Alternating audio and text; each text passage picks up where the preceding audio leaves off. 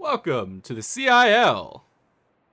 Good evening, everyone, and for the last time in 2022, welcome to the Collegiate iRacing League College Cup Series. Tonight is a very special race. Welcome one, welcome all to the Championship 200 from a cold and windy Michigan International Speedway. Tonight, after 6 rounds of College Cup racing, we head to NASCAR's fastest track to settle the championship, and what a battle it has been so far. The defending champion, Jared Kaler from UNC Charlotte's a Niner Esports, looks to strengthen his monopoly on the College Cup Series with another title, while the hotshot rookie from St. Clair College, Zachary DeWale, looks to cap off an unprecedented first season in the CIL with a championship for him and the St. Clair Saints iRacing Academy. And Christian, what a title fight it has been so far. These two have been going back and forth, trading paints, blows, and positions all season, and it all comes down to tonight. Yeah, it's going to be an amazing race tonight. All these drivers are super excited to race, as well as it's been a long season. It's been a past 7 races. Everyone's racing since around September, August, and we're looking to get this done. We're looking to get this race on the way, and we're looking to get our championship winner tonight here at Michigan. It's going to be a good race. I'm very excited, and I'm sure all of CIL Nation is as well, as we're finally going to wrap up this season. A lot of changes coming pretty soon for the Collegiate iRacing League's College Cup Series. But we're going to get into that in a minute. Right now, I believe our drivers are taking to the track for qualifying. But before we do that, let's take a look at tonight's weather. We mentioned that it was very, very cold up there. You can see 66 degrees Fahrenheit, 62% relative humidity. Partly cloudy outside as well, so you can expect this track to warm up just a little bit, and some strong winds, 9 miles an hour. To your left on your screen right there, right in the middle, you see some track stats. You can see this is a very, very long track, a 2-mile D-oval with a 76-degree track temp right now. So these drivers are having to navigate a cold track with cold tires, and Christian iRacing just came out with a ton of updates today for these next-gen cars. So these drivers have spent the past about hour and a half practicing these new setups that iRacing has given them. And I think we're finding some drivers finding some tricky points out there. Yeah, I think I was listening to some of these drivers earlier going through practice and such, and they were saying that it did drive a bit different, and the tires were acting a little different on this. And as we all know, this is a major track for tires, and so it's going to be a big difference, I think, in terms of how the race is going. So before we get into qualifying, let's take a look at our overall title fight right now between two drivers. Jared Kaler from UNC Charlotte has a 3-point lead over Zachary DeWale from St. Clair College. And I've written down the permutations here on how each driver can win. If Kaler wins, the title is his, no ifs, ands, ors, or buts. If DeWale wins and Kaler does not finish second with both bonus points for pole and fastest lap, DeWale will win the title on a count back of wins. DeWale will win the title outright. If Kaler does take both of those extra points that we get out to drivers for fastest lap and pole position, then DeWale will win on the count back of wins. Now, if neither of these drivers win the race, that's when things get a bit complicated. But if that happens, then DeWale must beat Kaler by 3 positions. And if Kaler takes any bonus points for pole or fastest lap, then things get even more complicated. So we're just going to keep you all updated as this race progresses. As there you see the O2 of Zach DeWale out on track right now. He was able to put up a time of 38.74. He was able to finish his laps there, and I don't believe Jared Kaler has gone out for his laps yet. So pole position, very, very important going into tonight's race. Yeah, definitely pole position is important going into tonight's race because, there's a few laps in the beginning of those tires' life that you can kind of make a move. And if you don't make that move within those few tires, it's going to be difficult to make that pass. So it's going to be an interesting situation to see, especially with everything changing. These drivers that drove last night, they have a slight inkling, but it was really just whoever could practice the most before the race tonight to get a feel of those new setups that we're racing here tonight.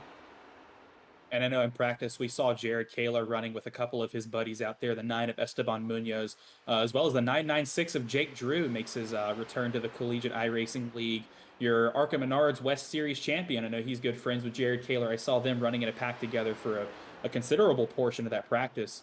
And I saw a whole bunch of the St. Clair cars together. You got the 61 of Athena Leclerc, who is currently on provisional pole. The 33 of Tyler Stone, the 02 of Zachary DeWale, and a couple of other cars throughout the field belong to that St. Clair Saints iRacing Academy. So both of these drivers, championship drivers, have put in a lot of work into tonight's race, but I think we are still waiting on Jared Kaler to make his qualifying attempt. Yeah, here we can watch Jared Kaler just now on the track. Jared Kaler has, I believe, yet to set a lap at the moment. Yeah, Jared Kaler's we have, I think, 6 drivers right now who has yet to set a lap. Jared Kaler being one of them. Scott Ratliff, Alexander Hogarth, Jake Drew, Esteban Munoz, and Edwin Onofre are all our drivers that have yet to make a lap here tonight.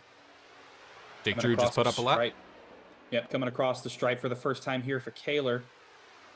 It is a 39.24, so pretty slow right there, but I've heard some of these drivers talking from practice that it takes about 3 laps to get your tires up to temperature to where you can really scoot around the track, and that's exactly how much time we give our or how many laps we give our drivers to set a qualifying lap here in the College Cup Series.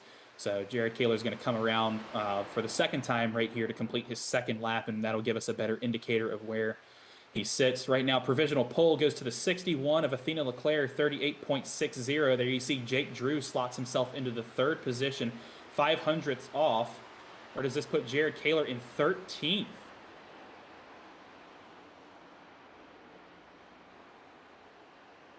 Anyway, 38.77 is the time that he set right there, so he'll get one more lap to come back around and try and set a time.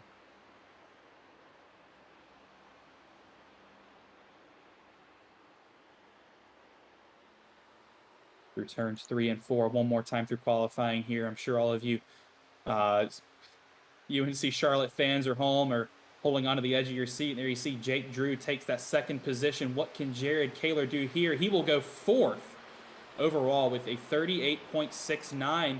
But actually, Edwin Onofre from University of North Texas in that 99 sets up faster lap time by less than 100th of a second to take that 4th position away. So this is big that Jared Kaler will start in front of Zachary DeWale. And I believe as we have about 2 minutes left in qualifying here, this is looking very, very good if you're Athena Leclerc. You really want that pole position. As there you see, you get a look at the 99 of Onofre. Looks like he's still got a couple more laps out there, 1 or 2 more laps. So making his run later. Actually, nope, he's going to come down pit road and park it. He is satisfied with his performance, not going to do any better. I believe Jared Kaler is going to stay out. These drivers can stay out past their 3 laps and continue practicing. However, those laps will not count. So I believe what you see in your top 10 is what you're going to get. I'm looking at my timing sheet right now. Only one driver has yet to set a lap, and that is Alexander Hogarth. But all other drivers have completed their qualifying runs. So we're almost ready to start here at Michigan, and this is going to be a fun race. We're going to take a look at our championship battle right now. I do want to say, given the championship permutations that I gave off earlier, Andrew Williams of Clemson University is still very much in this title fight, but he would essentially need both Kaler and DeWale to crash out or retire or take their car to the garage or record a DNF. He sits 22 points behind Jared Kaler, so he absolutely needs this win to have a shot at the title.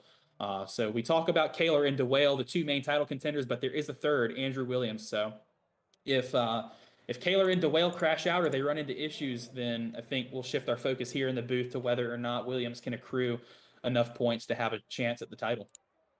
Yeah, I don't. It's going to be an interesting title here tonight. It's going to be an interesting race. I don't know what's going to happen. I mean, Zachary DeWale last night in the Prospect Series didn't finish too high, but there was some strategy errors and with their tires and such. So I think they've practiced for that. They've adjusted for that. And but Zachary DeWale not putting up the best lap qualifying time. He is sitting P8, whereas his rival Jared Kaler is sitting P5. P8. If you get a good start, I think you should be fine. But other than that, I don't know. This is going to be a good race, and we'll have to see what happens. I believe qualifying has come to an end. The cars are taking the grid. So Christian, run us through our starting grid for tonight's Championship 200. Starting out in our pole position is Athena Leclerc from St. Clair College, followed by, I'm getting a little bit of chatter over the radio. I need to adjust that a little later. But starting out second is Jake Drew from California State University and ARCA West champion. P3 is Connor Levy from Arizona State University, followed by P4 is Edwin Onofre from University of North Texas. P5 is Jared Kaler from UNC Charlotte, followed by Austin DeLong. Guys, our voices are on screen. Let's wait a bit. Pennsylvania College of Technology. P7 is going to be Tyler Stone from St. Clair College. P8 is going to be Zachary DeWale from St. Clair College, followed by P9, Andrew Williams, Clemson University. P10 is Esteban Munoz from Florida International University, followed by P11 from Ricky Paz, Valparaiso University. P12 is Bradley Daniels from Robert Morris University. I love sandwiches. Give me a second. P13 difficulties on our end here. It's okay. P13 is going to be our Muhammad Ali from Ball State University. P14, Cody Carey from Auburn University. P15, Colin Copa from Indiana University. P16, Jeremy Millerin from Purdue University, followed by P17, Victor Roldan. He's going to be another St. Clair College or St. Clair. P18 is going to be Matt Nordberg from NC State, followed by P19, Alexander Gagnon from Robert Morris University. P20, Andrew McCall, Purdue University. P21, Nick Stockner from Clemson University. P22, Rhett Crane from Ball State University. P23, Ethan Decatur from Valparaiso University. P24 is Tristan Yoder from Robert Morris University, followed by P25, Scott Ratliff from Pitt State University. P26 is Daniel Hunter from St. Clair College. P27 is Ethan Head from University of Tennessee.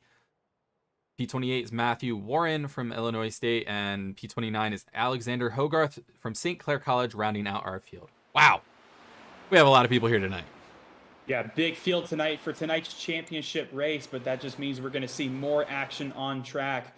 Like we mentioned before, we've got these brand new setups. I think they've done a little rework on the car and the track as well. All right, so these drivers have this unique challenge to face tonight here in round 7, the championship race for the Collegiate iRacing League College Cup Series. We saw the results of qualifying our two championship contenders starting a little further back in the field than I think they would have expected. There you see Athena Leclerc and Jake Drew starting on the front row. But tonight, with Jared Kaler and Zachary DeWale equal on wins, almost equal on points, it's a winner-take-all event. Who will write their names into the history books? The hot shot rookie from Canada or the juggernaut from Charlotte? David versus Goliath. It all ends now. Here we go. Green flag at Michigan. We are racing for a College Cup Series championship. And away they go. Athena and Jake Drew both get a pretty good start. Edwin Onofre is a little slow on the outside, but Connor Levy's able to tuck right in behind Jake Drew, certifying that outside lane. Outside lane's going to be a pretty good fight here, as we could go 3 wide down a couple lanes back. 4 wide almost. Oh, are we going to see a 5 wide soon? I don't think so. As we're that 4 wide's breaking up down into another 3 wide into the turn. Phenomenal racing so far. Yeah, we saw a great restart from pretty much everybody in the field, and very aggressive from a lot of these drivers in the middle of the pack. As there you see, I believe that is Andrew McCall. It might be Andrew McCall or Jeremy Miller, and it's a Purdue machine on the very bottom right there, going underneath the Clemson machine of Andrew Williams. Still 3 wide down the front straightaway here. They're trying to tuck underneath the 33 of Tyler Stone, not giving any room whatsoever in this top pack. As there you see, the top 2 have gone nose to tail. Jake Drew able to get around Athena Leclerc for that first position. But don't turn around, because we got some more drivers coming up. I believe, if I'm looking correctly, see Jake Drew, and that is Connor Levy in the 14 behind. Yeah, it's Jake Drew. It's Drew, and then Levy, and then Athena Leclerc. And Miller coming up. Millerin on a march to the front right now, using that bottom lane. He's going to send it 3 wide for the lead right here on lap 3 of the Championship 200. They are almost a dead heat across the right, Jake Drew in the lead by just barely a bumper over both the 14 and the 169, but the 169 going to drive it deep into the corner, going to wash up in front of the rest of the field, and we are still 3 wide for basically the entire field behind him. What a great race we're seeing so far off of this start. Yeah, but I'm worried Jeremy Milleran's going to burn up his tires real quick doing that. That just ruined, or, excuse me, not ruined, but that just burned up a lot of his tires, making that kind of pass down low. You really want to try to take that top line or as far up as you can to just, conserve those tires. Unfortunately, that's what I did last night, pushing a little too hard, and I fell back pretty quickly after about 10, 12 laps. Andrew Williams in that 23 machine able to slot into the second place right there, but still a gaggle of cars fighting for position behind him. You can see it's just chaos, and that's the only way to describe it. I can't tell if they're 2 wide, 3 wide, 4 wide. It's just a little bit of bumping everywhere. And contact right there, the one, I believe. Who was that made contact with him? A little bit of bump and run. That might have been a St. Clair car. There you see the one on the bottom of your screen, almost right behind the O2, about a lane lower on the corner there, but going to sneak into his draft down the front straightaway. The O2 of Zachary DeWale to his outside, his teammate Athena Leclerc, Tyler Stone behind them as well. And that's the 22 of, excuse me, I lost my note sheet. Yeah, that's the 22 of Austin DeLong right there from Penn Tech. Going around the outside of Kaler right there, but some great battles we're seeing as it looks like the field is going to start going single file right here. Each driver still sticking to their lanes to try and stay in that clean air. Focusing on Zach DeWale right now, going to try and march his way up to the front to put as much distance between him and Kaler as possible, up to the bumper of the 99 of Edwin Onofre, who has found a streak of good luck here in the past couple races of the season across all these different series.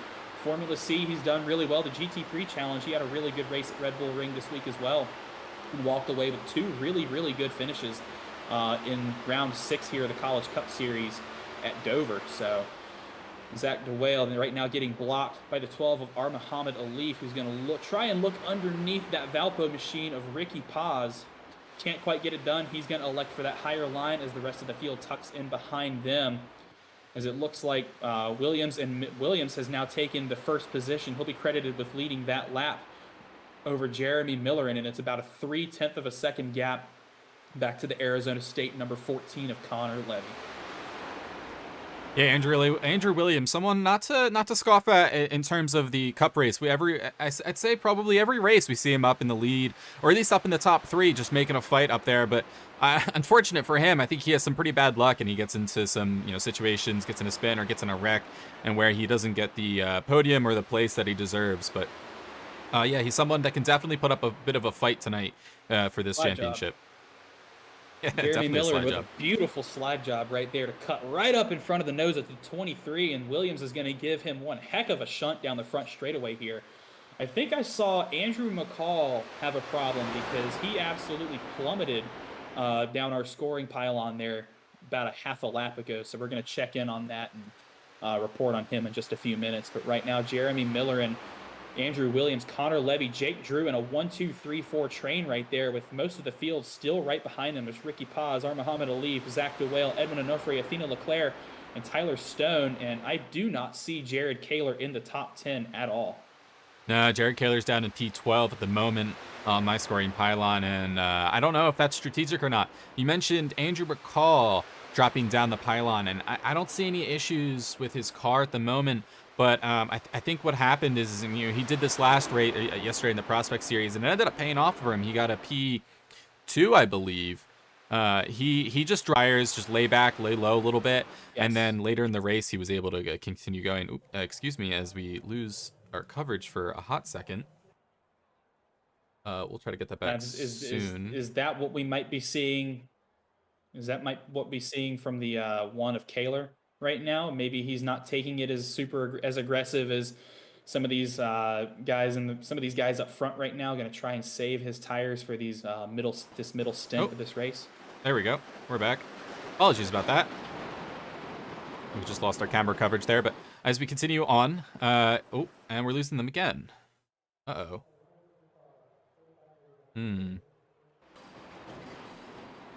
Oh, that's some Apologies, folks. Having some technical issues on our end right here. Yeah, just give me a moment. I believe I'm gonna put this on iRacing servers at the moment.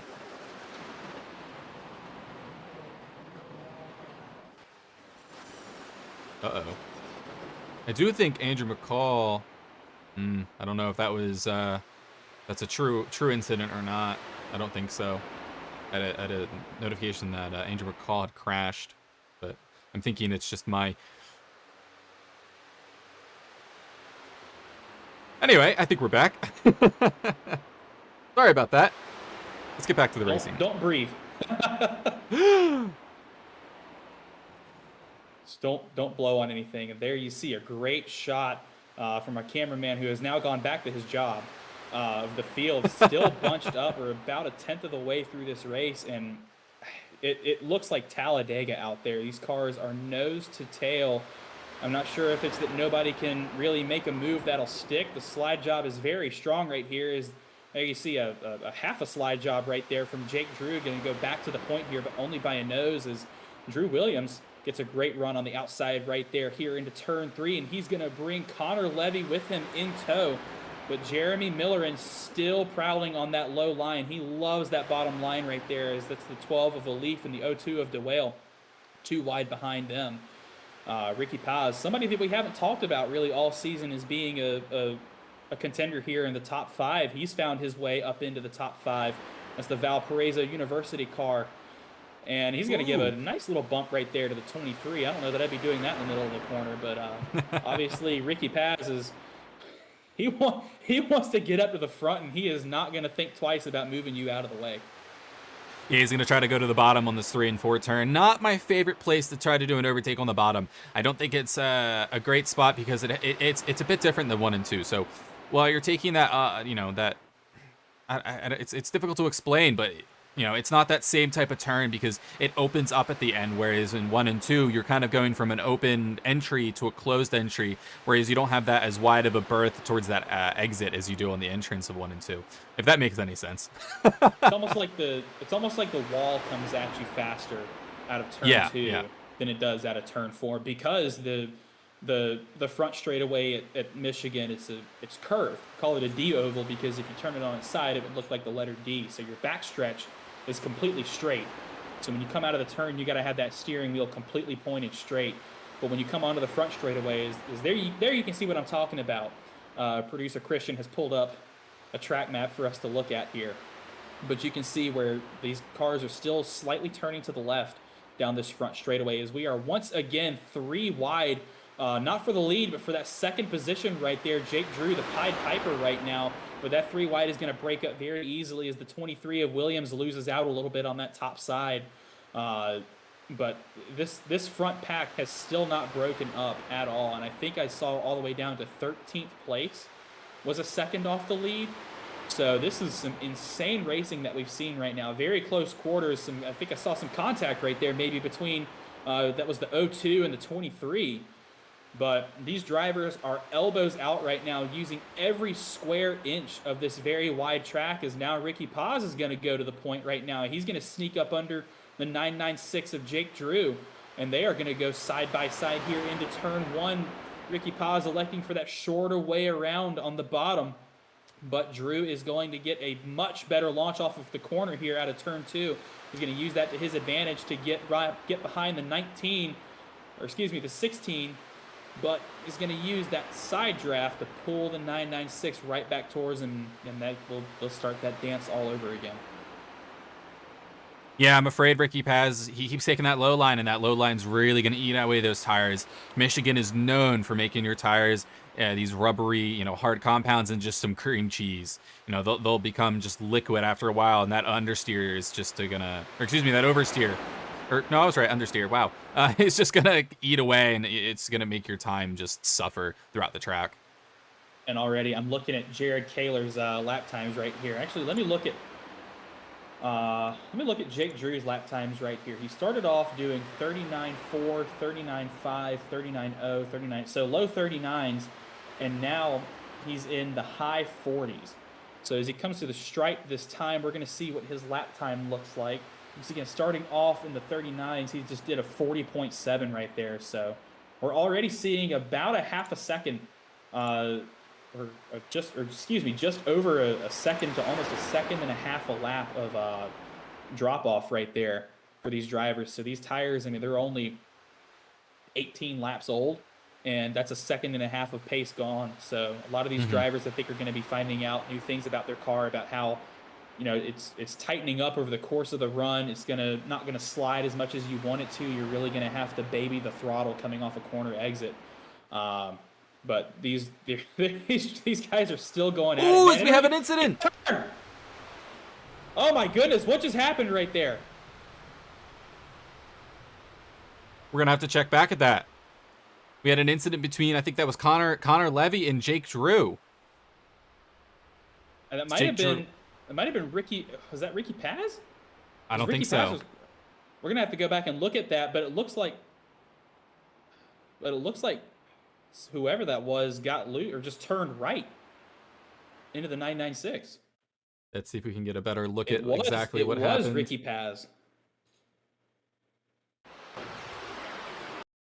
So yeah, Ricky Paz just comes up and just absolutely hits the rear of that 6 car, sending him into a spin, and then just makes him continues does more damage. Honestly, well, I don't think there's actually any damage to either car there, but you know, we got airborne right there. Got a little bit of airborne. I think the car is going to be able to handle that, but he definitely handled going off track there pretty well. You know, he was able to keep that car out of the wall, keep the car from kind of hitting anything, but maybe some slight suspension damage or some kind of aero damage, but I don't think anything that'll actually affect them during the race. But that's definitely going to be an EOL for Ricky Paz there. That almost looked intentional. This is definitely a decision to make on race control's end if that was intentional, because I'm not in iRacing. These cars don't just have random suspension failures. As there you see Josh Crane, our league administrator and owner, serving as tonight's steward for the race. He's going to have a decision to make. But there we see the end-of-line penalty has come out for the 19. But I'm kind of stunned. I'm not going to lie. I have no idea what happened right there. Yeah, I think we're going to take one more look at that. And yeah, honestly, it looked intentional. I don't know why Ricky Paz would intentionally wreck Jake Drew there, but yeah, that was a pretty brutal takeout there. I'm gonna have to look back at that. Yeah, we're gonna have to take one more look back at that again. Let's go to his in-car camera real quick and let's see what happened. See if we can grab that in-car camera. A couple of cars coming down pit road right there, so some drivers, maybe some pit strategy coming in right now. But we're gonna take one more look at this incident. See if we can get the cockpit view, or the gyro cam actually, of Ricky Paz here. Oh, I don't think we'll be able to do that. Let's see if we can that's a little there we go. All right, now let's see. Helmet cam. I don't know. Do you think he was? Oh, you might have thought he was clear. I'm not sure. Someone say Kyle Busch at Darlington, and what was that, 2020, when he dumped Chase Elliott? Ooh, excuse me. Let's see. I keep pressing the wrong buttons. Oh, goodness gracious. It almost looked like he was going straight, coming out of the corner right there, like he thought he was clear, and then he wasn't clear, and you can see he just turns at the last second and couldn't correct the car enough, and that just sends the 996 on a perfect loop down to the infield. Yeah, I think that was definitely just an incident of not having a bad crew chief call or something like that. But yeah, as we take a look at Jake Drew sitting back here and P26, it's going to be a rough race for him to get back to the front. But if there's anyone to do it, I think it's going to be Jake Drew. Yeah, Jake Drew raced with us at Phoenix I think that was a month ago. Yeah, 4 weeks ago. And he has not raced in the CiL for a hot minute. But there you see on your screen a representative of Cal State at Fullerton. He is also your ARCA Menards West champion from this year. So he has a very successful IRL racing career at his hands, and he's decided to come back and play with the CiL a little bit. So good to see him back out on track. I know he's very good friends with some of these drivers out here on track. But you got to be thinking maybe he just made another enemy right there.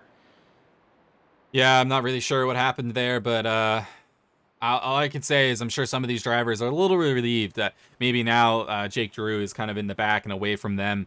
Not that he's a dangerous driver, but he's a good driver, and he's able to put up quite a fight in terms of that podium position. So some of these drivers like Andrew Williams, Edwin Onofre, or even Zachary Dwale and Jared Kaler are just going to be like, whew, all right. Even though they didn't like that, still helps them a little bit. As we can see, the truck's yellow lights are off coming in this time. Well, I wouldn't count him out just yet. I'd give him about 20 laps and he'll be back up at the front. I think this was probably one of the more difficult tracks, though, to make your way back up to the front. I would agree.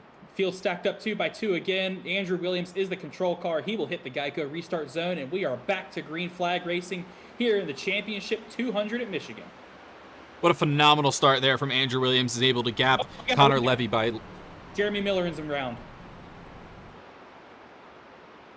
Wrecking across the start-finish line right there. We're going to go back and see exactly what happened, but I see Cody Carey involved. Jeremy Miller got sent for a ride as well. He's still stuck in the infield right there. Going to keep that car rolling, get it back out on track. Not sure how much damage he has or exactly what happened right there. But it looked like that midfield got across the start-finish line, and just everything went wrong for them.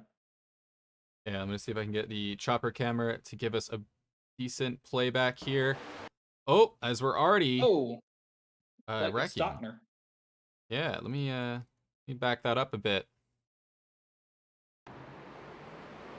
So I think what happens is the 747 gives a bit of a push to the 69. Oh, look at the one. Oh, back. Did Kaler miss a shift? He dropped off the back of the O2 really quickly, and that just looks like that freight trained the rest of the field. Miller got punted into the back of the 33, and then he just loses control of the car.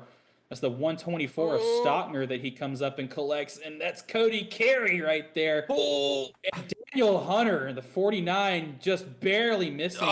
The double zero of oh man. I think that's the double zero of Ethan Decatur. Yeah.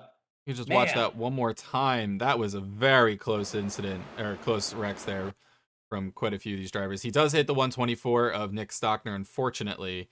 But the 29 misses him, the 49 misses him, and then the double zero misses him. Actually, that was a little bit of netcode. They should have connected there. And then his teammate Andrew McCall barely missed him too. So a lot of drivers, wow, really lucky to miss the spinning 169 right there. But what happened with 169 to Jeremy Miller, and one of the drivers that is involved in our alumni championship, Matt Nordberg in the NC State 076. You can see him up at the front of the pack right there in the bottom left of your screen. But looking back at it, it almost seems like the one of Jared Kaler, he missed a shift or just did not get a good restart. Because he backed off of the car up in front of him very, very quickly. That was he backed off of the O2. The O2 was in front of him. Really quickly. So maybe a rare mistake right there. All right, let's Jared Kaler. We can go back and look at that one more time on for Jared Kaler. Excuse me, Jared Kaler. Let's see. We can get a bit of a camera angle here. And there you saw it popped up on the bottom of your screen. This was deemed a racing incident by our stewards. Yeah, it just seems like Jared just didn't get off the restart very well, which caused the 6 to back up into the 076, and then into the 33, and then into Miller.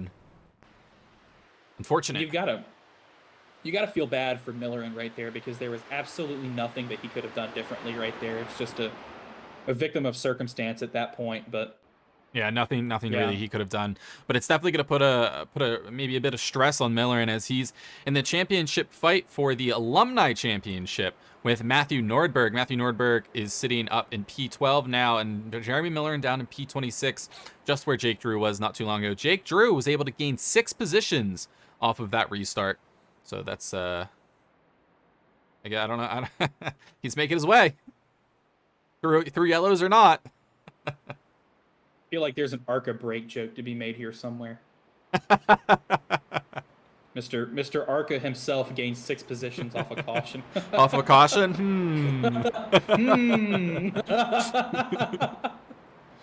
Hmm. Someone drives Arca, gains positions off of an incident. I think my math adds up. As you can see, the yellows on the pace truck have come off. The pace truck will be going in this time by Andrew Williams in the lead of this race one more time to get that restart. Hopefully he can get that same amazing restart he did last time. He was able to put quite a bit of gap on Connor Levy there, which was able to kind of secure that lead as we led into the second caution of tonight's race.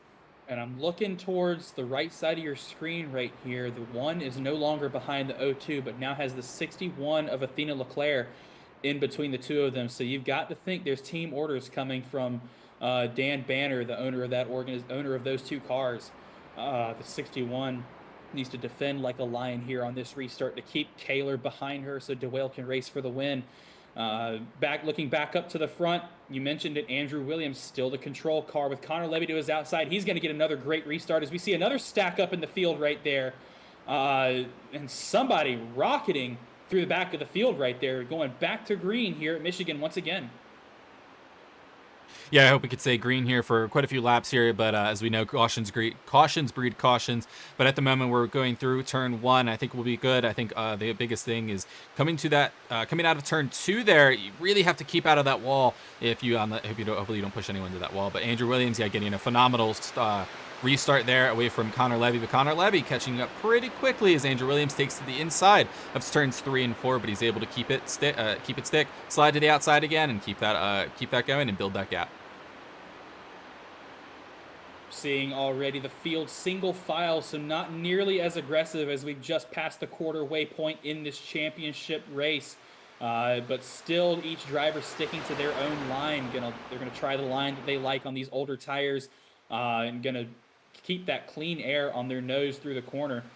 As the 14 of Levy gets a really nice run off of turn 2 right there, going to come up to the back bumper of the 23. And look at who's in third place, Muhammad Alif.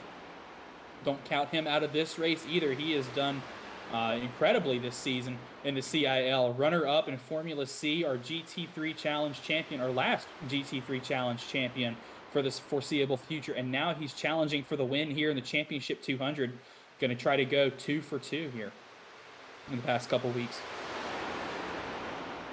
Yeah, Andrew Williams going down low these past few turns. Not sure if that's the greatest move to make. As we said, going down low does burn up your tires a bit more as you're trying to take that speed, but you're trying to make that tight turn, and you're using up a lot of that rubber. As Connor Levy's the one to go down low this time with the 14 cars. He's trying to make maybe a bit of a slide job on the 23, and I think he's going to make it stick as he does. And the 23 tries to slide back down, and go underneath as he's going to try to take that low line into turn 1 through turn 2, and hopefully is able to make a slide job on the 14 right back at him. Side by side here into turn 1 this time by, but the Levy's going to drive it in a lot deeper using that wider high line to get around the corner. He's going to clear the 23 of Williams with about a car length of space, 2 car lengths now of space in between them. Going to use the momentum coming off of that very, very steep banking of the corner. But I think what I'm starting to notice in this race so far is that a lot of these drivers prefer running the higher line. But when they have to make a pass, they're going to use that bottom line to try and complete that pass. As there you see Williams right back up to the bumper of the 14. The draft is very strong here as well. So I think these drivers are picking and choosing which lines they want to run. If they want to run that middle groove like we've seen a lot of these front runners do for most of this race, or if they want to try and pass the driver up in front of them by using that lower line. Yeah, that lower line definitely works quite well in the beginning stages of these races with these new tires, but as you get through these tires more and more, it just doesn't stick as well unless you can change the brake bias up in these cars. It definitely makes quite a bit of a difference. As Andrew Williams is giving a push to Connor Levy to see if he can kind of get as fast as he can through that corner, push him through, get away from Muhammad Alif, stick to that top line, and just push each other to the win. Williams was all over the back bumper of that 14 down the front straightaway. I thought he was going to turn him, but these next gen cars aren't exactly as good as pushing as their Gen 6 counterparts were in previous years. So that's a masterclass in car control, really, from both the 14 and the 23 to not wreck each other on that front straightaway right there. I think the 23 has got the exit of turn 4 figured out because he gets an unbelievable run on the 14 down this front straightaway. And I got to say, I think the draft is helping him out a lot too, because these drivers are nearly 200 miles an hour going into turn 1 right there. Yeah, I think that draft is helping an immense amount there. As you can see, at Austin DeLong, although getting stuck on the outside, that can definitely be a detriment to these drivers. If you get stuck on the outside, or the inside, excuse me. If you get stuck on the inside of the track going down those back straight or the front straight, it can really cost you a lot of time because you're not in that draft. People are just going to train right by you. So Austin DeLong definitely wanting to kind of stick inside of that draft to keep that position. Not much movement up here at the front of the field, but as you can see behind you, a couple great 2-wide battles right here. This is the 22 of Austin DeLong. And look, I told you, well, shoot, it didn't even take him 20 laps, more like 14 to come back through the field. There's Jake Drew again going around the outside of the 22, who is now going to fall. He's going to fall into the clutches of the 61 of Athena Leclerc. And car 16 is there you see on the bottom of your screen. That is Victor Roldan. Has been penalized for an unsafe restart. I think I noted that on this most recent restart, there was somebody who came all the way from the back of the pack and rocketed down the inside when the bottom line checked up a little bit. So, I think I saw someone shoot down to the inside. Yeah, it's against the rules, and I'm pretty sure you'll get a black flag from iRacing if you do that. The only way you can pass someone is on the outside to that checkered flag, or excuse me, that line. So if Jared Kaler taking that low line, trying to get around that whole mess right there of cars going 2 to 3 wide, as Jared Kaler is able to go side by side now with Athena Leclerc, excuse me, going side by side there with Brett Crane, trying to get past as Austin Long comes up and says, "Hello, Jared." And Jared Kaler's going to try to slot in right behind Austin DeLong, see if he can get that draft down the backside.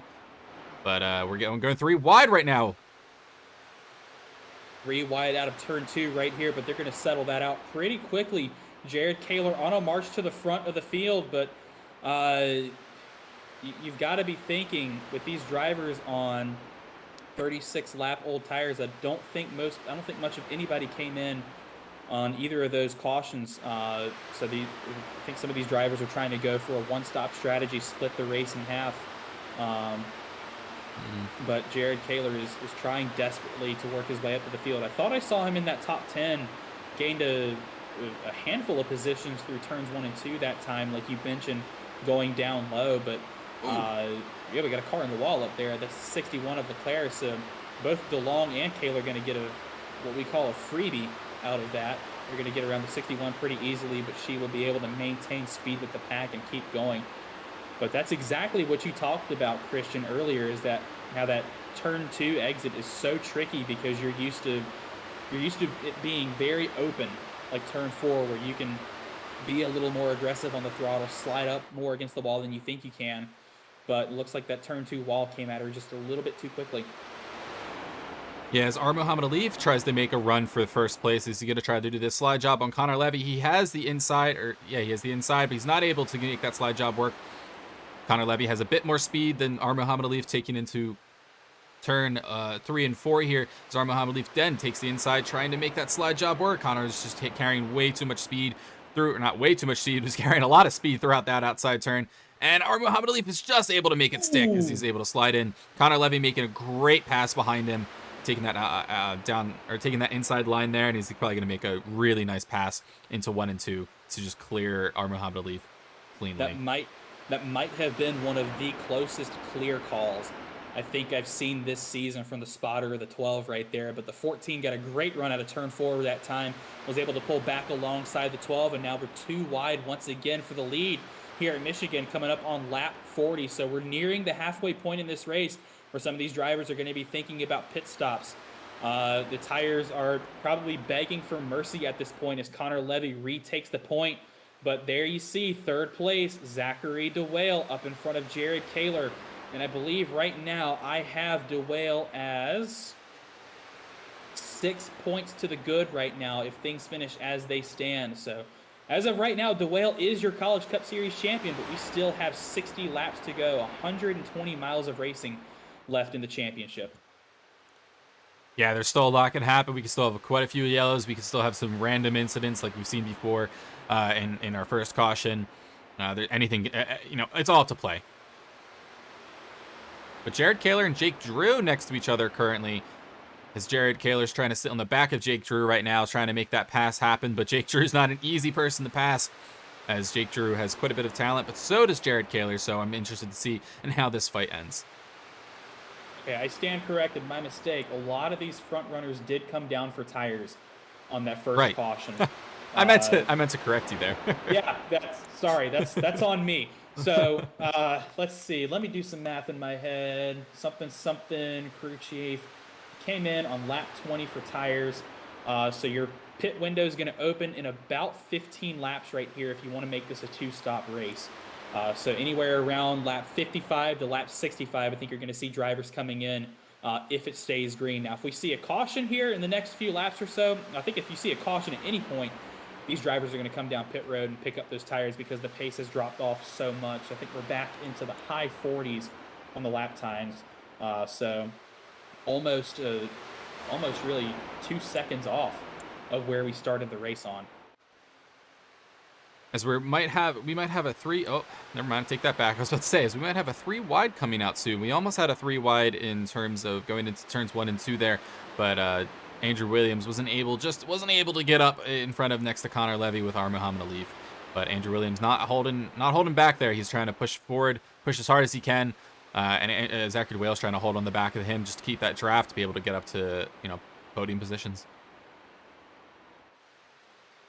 Still 1, 2, 3, 4, 5, really train all the way through the field. As there you see this front pack has broken off. That's down to, we're going to check on this for you, all the way down to Matt Nordberg in the 14th position. So 14-car breakaway here at the front of the pack, and every one of these drivers is going at it. This is great racing that we've seen all race. We're approaching the halfway point. Zach DeWale and Jared Kaler, I believe, right now are tied on points for the championship. And if it stands as is, we would have to go to a count back of second place finishes. So very, very close right here, this development going on right now in the College Cup Series championship. But Connor Levy and Muhammad Ali still going at it for the point right here, trading blows. Drew Williams, Zach DeWale sitting behind, watching and waiting to make their move. Maybe one of these drivers up front will make a mistake. The 14 gets a huge shove from the 23 right there. And some more contact almost being made into the corner right there. The 14 is going to get a massive run out of the corner. Can the 12 come up and block? No. The 23 getting a massive run as well. Yeah. Andrew Williams with a huge run, going to use that draft off the corner to get underneath the 14. Can't quite clear him going into the corner. Just barely misses out on that. So he will be relegated to this lower line, going to take the shorter way around. The 14 is going to use the higher speed, wider line to his advantage to come around the outside. But he's going to lose out on it just a hair as now the 23 has pulled up to the back bumper of the 12 and is sniffing at the lead right now. But do not count out the 6 of Rhett Crane. A little bit of contact. A little bit of contact right there. Rubbing his racing here, the CiL folks. And now the 6 going to peek his nose to that very bottom line. Going to go with the 23 underneath the 14. We are still having an incredible battle for the lead here, folks. He's a 23. He's trying to make a push on our Muhammad Ali. Currently, he's going to take the inside, which probably might give him that nice boost. But our Muhammad Ali is trying to stick down quite as well. He's trying to make that third line work. Third line, I've heard, is quite good here. As the 23 gets a bit more of a run. See if the 23 can hold on to that lead there as the 12 continues that streak of being able to get the outside and push all the way in. As the 23 is going to still stay the outside. The 6 of Rhett Crane's going to go down and try to take that low line. Low line doesn't really work as Connor Levy and might get a decent boost out of 3 and 4 as he's able to take a nice line.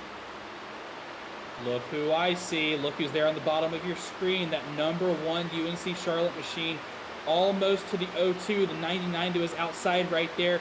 Jared Kaler wants every position possible, but he is within striking distance of the championship right now. He is your championship winner by 1 point, as he is 3 wide with the 61 of Leclerc, able to recover from hitting the wall a few laps ago. Edwin Onofre all the way up against that wall. Jared Kaler is going to lose out big time coming out of the corner right there, as the 12 and the 23 are still side by side. The 12 going to drive it deep into the corner. Alif not giving any space, or not going to try to give any space to try and gap the 23 as much as possible. But Williams is going to get that huge run on the outside. But the 6 of Rhett Crane and the 12 of Alif have now linked up. That's 2 Ball State teammates, so you got to be thinking there's some team orders coming between those 2 cars. They're going to try and work together to take this 1-2 position away from the rest of the field. Yeah, the 12 and the 6 cars. The 12 car pulls off, goes to the high line as the 6 stays to the low line. As the 12 car comes back down. Interesting move there. I guess to try to break a bit of the draft and the movement on the 23, slow him down a little bit, as the 12 and the 6 can continue on to that low line with Zachary DeWale following just behind the 6 car. And yeah, I think you're right. I think there's a bit of movement between the drivers there and talks in the with Ball State there. They're just trying to hold up that front line now. They're able to hold positions 1 and 2 as Rhett Crane and Andrew Williams are trading positions for 2nd and 3rd. It's kind of letting. Ooh, big gaggle right there. Yeah, you were about to mention it. Connor Levy with a gracious send yeah. In between the 6 and the 23 to try to make it 4 wide for the lead right there. I thought the better of it backed out. We're still 3 wide for the lead up here. It's like we're watching a restrictor plate race right now, which you see at Atlanta, Daytona, or Talladega. The 23 is going to move up to the point as we're 3 wide for this the second row right there. Almost contact between the 0-2 and the 14. The 0-2 really had to check up. That could have been disastrous for his championship hopes. But thankfully, all the drivers continue to keep it straight right there. Then the 99 of Onofre going to tuck in behind the 0-2. Mega draft right there down the front straightaway. Going to stick his nose to the outside, take that clean air. The 23 has pulled to a considerable lead now. I think one of the largest we've seen all day. 0.2 of a second. That's wild to say. As the 14 barely clears himself for that 4th position, but falls behind the 0-2 of Zachary DeWale and the 12 of R. Muhammad Alif. Jake Drew right there on the right of your screen. That 5th, 6th position battle with the 14 of Connor Levy's tied by side. 2 side by side, 3 rows deep for the top 6 positions right here. I think we are watching Talladega right now. This is incredible racing right now. This is absolutely phenomenal racing from these honestly top 10 drivers here, and it's going to just only get better, I think, throughout the races. Their tires just slowly fall off and people manage their tires differently. I mean, we've been going green for quite a few laps here, so these drivers are all on the roughly the same amount of tires. Actually, all of these drivers are on the same tires. They all pit on the same pit stop, so everyone's on the same playing field. It's just how you manage your tires. As the 23 goes down low, the 6 and the 12 try to stay up high, following by and going down low as well as Zachary DeWale, as Jake Drew and Connor Levy kind of sit in behind R. Muhammad Alif, as R. Muhammad Alif tries to make a move around Zachary DeWale, trying to go into the low line as he could maybe make a move into turn 1 and 2 with the 6, also ducking down below the 23 into turns 1 and 2, as 23 and the 6 kind of stay at the same pace. As the 23 is probably going to get a better boost down this back straight. 23 and the 6 still side by side right there. The 0-2 and the 12, 2 Ball State machines, nose to tail right there. But the 0-2 is going to get the better of it right here, as he's going to get a nice arrow push from the 996 of Jake Drew down that back straightaway all the way up to the bumper of the 23. Drew Williams did not get a good entry into the corner right there. That's going to let the 6 stick his nose out in front.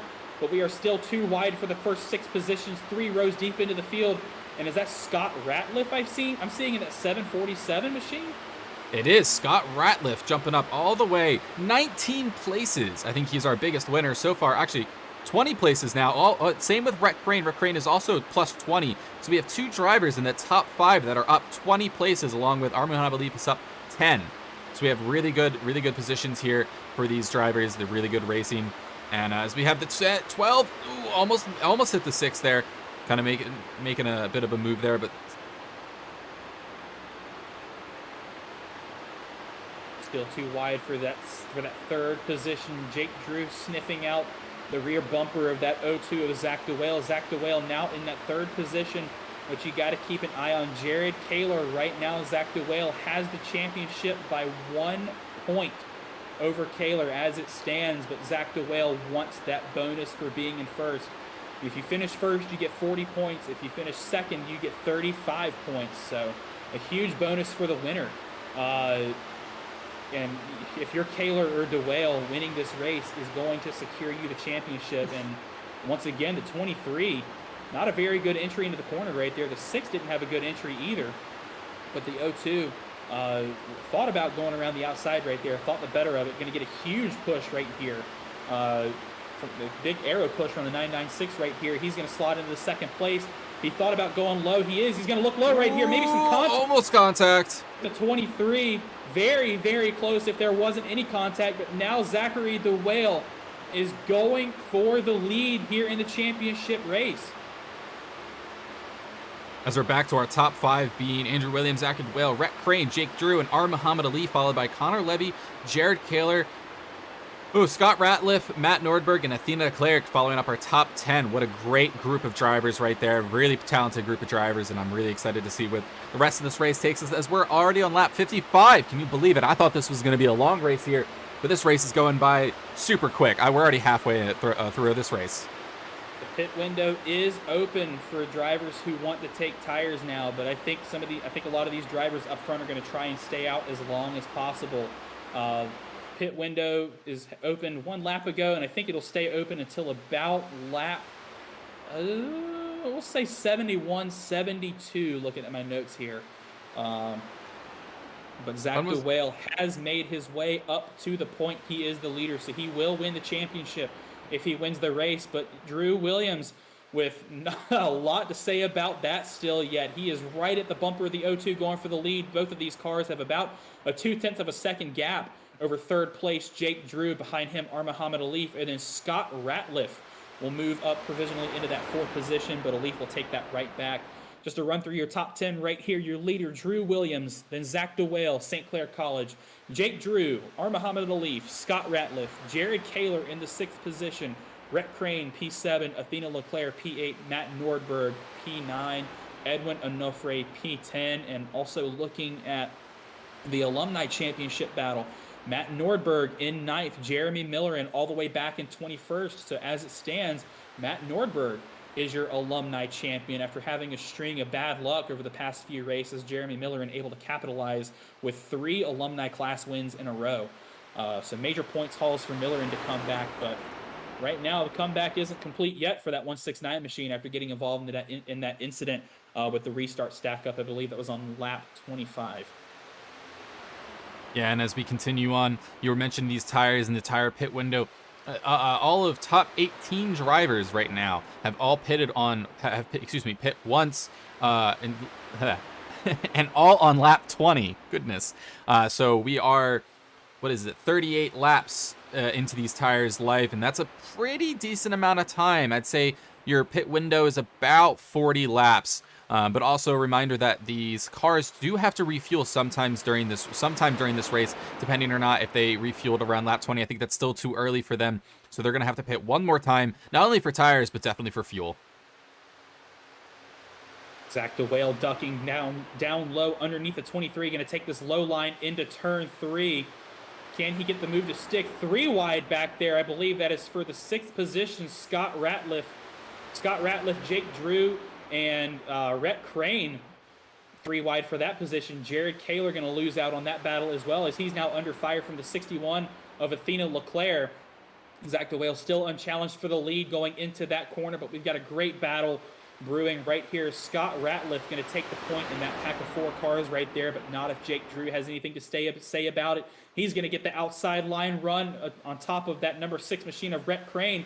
Rhett Crane did not get a good exit off the corner that time. He's going to lose that position to Jared Kaler, who has his own worries to worry about. He's got to get up to the front because his worst case scenario is happening right now as we speak. Zachary DeWale is leading this race, and by doing so, he is the champion provisionally if it stands as is.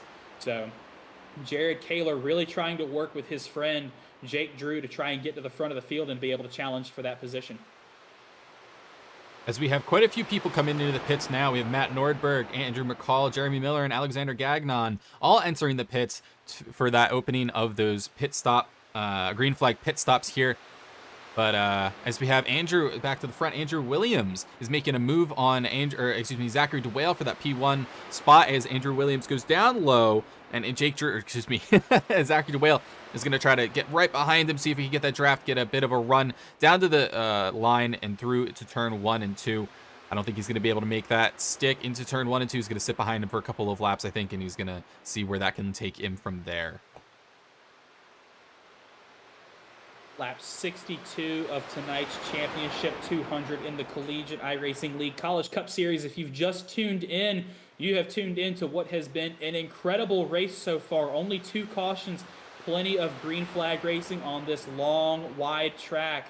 Your championship contenders right now, not Andrew Williams, Zachary DeWale and Jared Kaler, only separated by a few tenths now.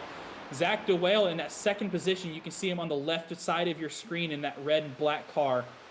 But Jared Kaler has come to the pits now. Jared Kaler, Jake Drew. Yeah, he came with Jake Drew. So there we see the 2 friends working together. We've seen a lot of cars come into the pits now. And if you are Andrew Williams and Zachary DeWale and you are fighting for this championship, you have to do the same. I think you're going to see them come by in the next about lap or so, because we're seeing, let me check these lap times once again. Yeah, we're almost that time by. Kayla ran a 41.128, so almost about 2 seconds off the pace. As there you see these drivers, these leaders all coming to pit road, and Williams locks it up coming on the pit road. He might get a speeding penalty right there. We're going to check and see, but this is a very, very difficult pit road to get onto. So a little mistake right there from Williams, it might have cost him, and we're going to check with the rest of those drivers as well, as I think Zachary DeWale stayed out for another lap. Yes, the 99 of Edwin Onofre and the 14 of Connor Levy came in with him as well, but Zachary DeWale staying out. It's going to leave a Leaf in the second position. Scott Ratliff behind him with Athena Leclerc, Daniel Hunter, Nick Stockner, Ethan Head right now are your cars in this lead pack. Everybody else in the pit lane. So a bit of an update. DeWale will stay out again. A bit of an update on Jake Drew. Jake Drew slid through his box and he had to put it in reverse and back it up so his crew couldn't get to him quite easily. So he lost quite a few positions, quite a bit of time on that there. But as we see Connor Levy also come into the pits, as well as Muhammad Alif has come into the pits. So right now it's just Zachary DeWale trying to make that long run with Athena Leclerc. And Daniel Hunter is also in the pit. So it's going to be Zachary DeWale and Athena Leclerc right now. It's going to be a 1-2 in terms of St. Clair College right now. Zachary DeWale has done well all season, but right now I think he's going for the Hail Mary. If he's got a teammate behind him in Athena Leclerc, so I think he and her are going to try and work together to stay out as long as possible and pray that a caution comes out here in the next few laps. But otherwise, I think that's the strategy that they're going for. And if it's not, then I'm not really sure what strategy Dan Banner's cooking up at the Saints iRacing Academy right now, because Jared Kaler, let me check his most recent lap time, 39.828. The 02 of Here comes Zachary DeWale into the pits. Yeah, he just ran a 41.3, so I think he's recognized that it is go time. Yeah, Zachary DeWale comes into the pits right now, leaving Nick Stockner, our lead car at the moment, along with Matt Nordberg. You know what? I'm thinking that the early pits was the game, and Matthew Nordberg was the first person to pit in tires, so Matt Nordberg is on his second pit stop count at the moment. Last pit was lap 60, but at the moment he is leading, so I think that was a good move on him. But I don't know if that was the right call. I don't know if they were trying to shoot for later, but it's we'll have to see. DeWale is rolling and out of his pit stall. He's got Athena Leclerc in front of him, so DeWale with a slow pit stop right there. But Nick Stockner right there in the front of the field, you can see him staying out and leading laps. So I think Nick Stockner is also going for a Hail Mary right here, really praying for a caution to come out here in about the next 5 or 6 laps or so. If you're running 40-second lap times and you're running 2 seconds a lap faster, then you only need 20 laps to catch the guy, to catch the cars that stay out. So you saw Stockner with a little little hair-raising moment coming out of turn 4 right there. So I think he might be coming down. He'll probably need to come down pit road here in the next few laps or so. But as of right now, when everything cycles out, Matt Nordberg will be your leader with a 2-second lead over Andrew Williams, or excuse me, 2 seconds behind Stockner. He is currently locked in a battle with Andrew Williams, Esteban Munoz, and Jared Kaler. So we're going to see where all of this settles out. Yep. Interestingly enough, the University of Tennessee car going around the Clemson car right there. A little preview of this year's Orange Bowl in college football.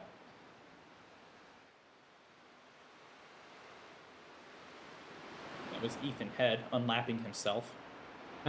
And there come the leaders. Andrew Williams is going to absolutely smoke his teammate Stockner down the back straightaway. Esteban Munoz follows in right behind him.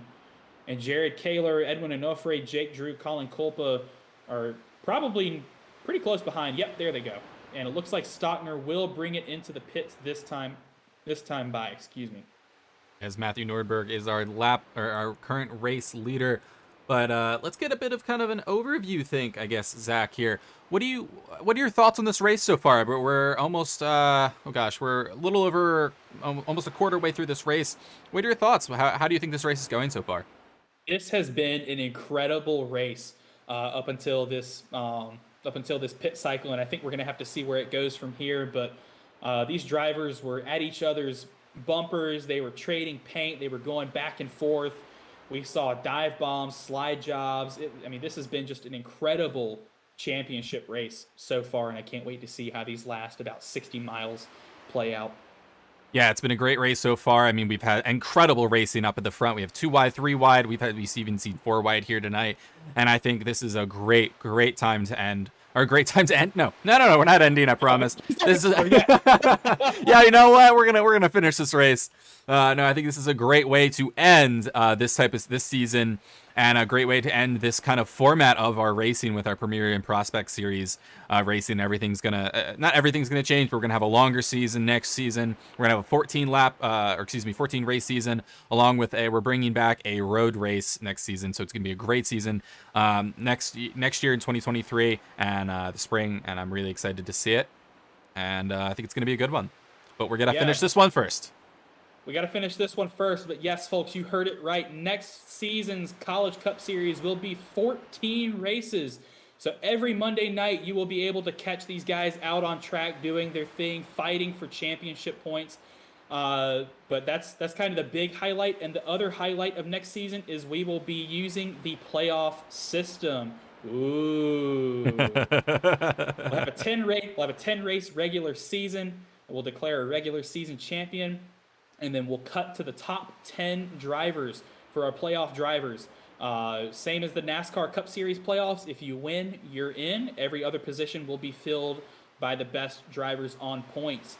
We'll be having a 3-race playoff round, and then we will be having our championship race at a track that will be revealed during the off season. So be sure you stay tuned to CiL Twitter and social media to catch those schedule drops for the College Cup Series, as well as Formula C and our brand new student short track shootout series that we're bringing on next season. Yes, you heard it right, folks. We are having a student-only series, short tracks, super late models, every other Wednesday night. It is going to be awesome. There's going to be incredible action on track. There's going to be tempers flaring. There's going to be just about everything you can expect out of a short track race. So personally, I'm excited because I love the super late model. It always produces great racing. I love short track racing, and I can't wait to see where that series goes. Yeah, short track's going to be a great race for great season next time. That's going to be on Wednesday nights, every other night. That will still TBD on whether that's going to be broadcasted. We are trying to get all 3 series broadcasted next season, but it's going to be a bit difficult. So I think we should. We'll definitely have the oval. We'll definitely have Formula C. But short track being a pilot season, we'll have to see. But I think it's going to be a great season. I think it's going to be a great race, and that's going to be student only, as you said. And so I think it's going to be a heck of a season. I'm excited for it. I But am as before well. we get there, we still have a College Cup Series champion to declare. We've got about 25 laps to go in this race. Yep, 3/4 of the way there. Andrew Williams has reassumed the lead. Matt Nordberg falls to second place. But right now, Matt Nordberg, as it stands, will be the Alumni Series champion. As I'm looking down the ticker board, and I don't see Jeremy Millerin. Jeremy Miller is P20 at 20th. the moment. 20th, yeah. So Matt Norberg will provisionally win the Alumni Series Championship. As we got a caution, Uh-oh. and Jared Kaler is your provisional student champion and overall College Cup Series champion right now, running in the third position right there. You can see on the left side of your screen, he's got both of his friends, Esteban Munoz and Jake Drew, behind him. But let's take a look and see what brought out this caution. And this is going to change everything. I think I had a notification that Daniel Hunter went off track and crashed. So let's get a bit of a chopper view here of Daniel Hunter's car right as the yellow was pulled out. And just as we talked about the 169 of Millerin running just in front of his teammate Andrew McCall, both cars there from Purdue. But there you see the 49 of Daniel Hunter on the outside. It looks like Millerin might have just missed the center of the corner right there. Came up, did a slide job right onto the rear of his tire. Yeah. Oh, and he just continues the spin there. Oh, that's a rough spin there. Yeah, know where the 169 could go after the contact right there, but we'll hear a decision from the stewards here from race control in just a second. Oh, as he brings it back on track. Oof, gosh. Oh, that was rough. That could have ended pretty badly there. As he gets a little loose there. That could have ended pretty rough there for Daniel Hunter if there was another car behind him. But luckily, there was not. The yellow was thrown pretty quickly, and Daniel Hunter's able to get on his way. No cars damaged, only maybe some egos and some friendships. Since we're under caution right now, how about we chat with our race leader right now? There you see him coming into the pits. Andrew Williams, we've seen you up front for a considerable portion of this race. We're going to let you get this pit stop done. But once you're done with that, let us know your thoughts right now. Well, we had a good race going up until the blow in the box there. Sorry. It's been a great run up front. Really was hoping we could get stay green there. I thought I pit too late when I saw Nordberg come out in front of me. You and Esteban Munoz also missed your pits.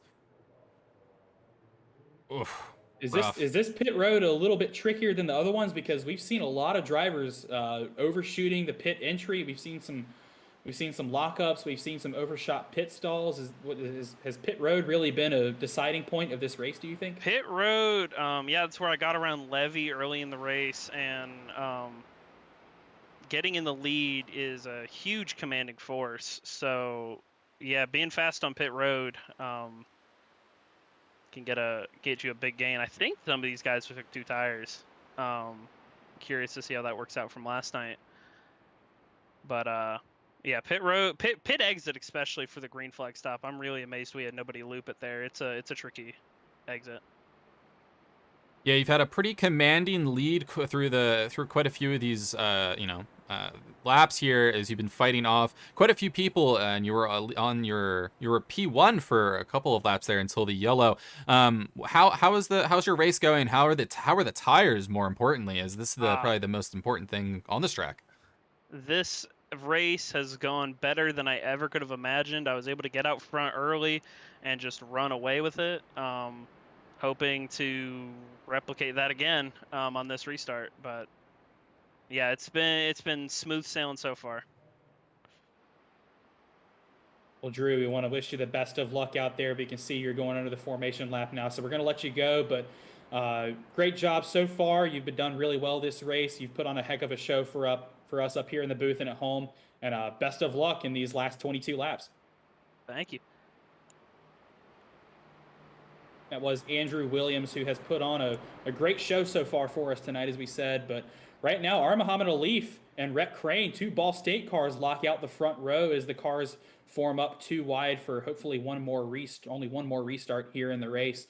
Drew mentioned a couple of drivers may have taken 2 tires right now, so we're going to see if that was the correct call with this new setup that was released today for these Cup cars. A lot of drivers not really 100% sure what tire wear looks like, so 2 tires. We're going to see if it was the correct call. Yeah, I'm not too sure if that was the correct call or not. Tires are definitely a big thing here. I mean, I was only 6 laps down last night on tires, and that was a huge detriment to me there. So it's going to be interesting here. But we have a front row lockout for Ball State starting out this race, or this restart, excuse me. Pace truck is going to come off right here, 2 by 2. The field is stacked up as we approach the Geico restart zone once again. 21 to go when we hit the stripe this time. Alif gets off to a great start. Green flag back in the air here at Michigan.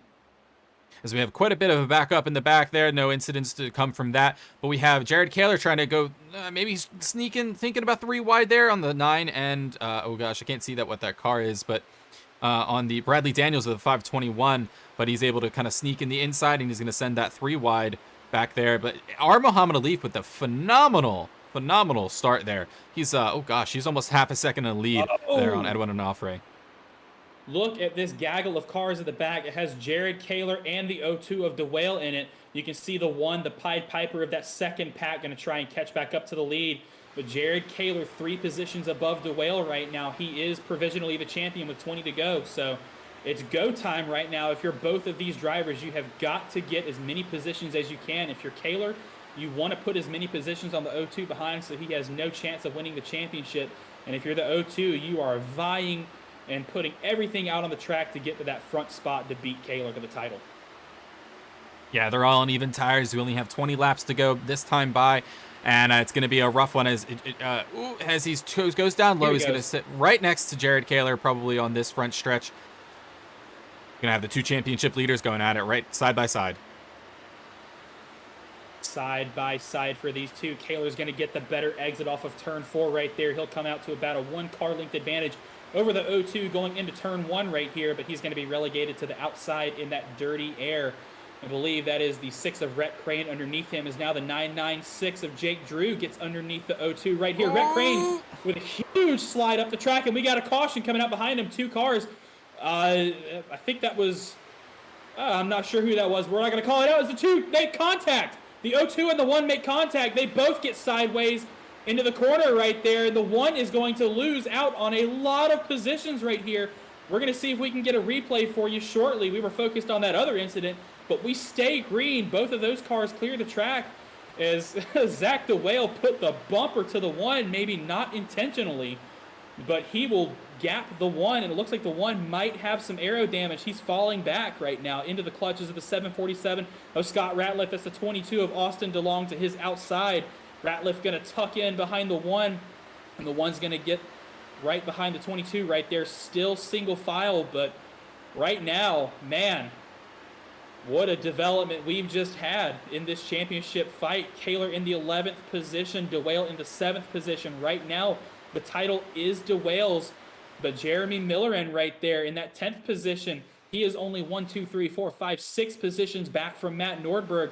So right now, Millerin has the Alumni Championship by 1 point over Matt Nordberg. This is still not over with, folks. We got a heck of a race on our hands.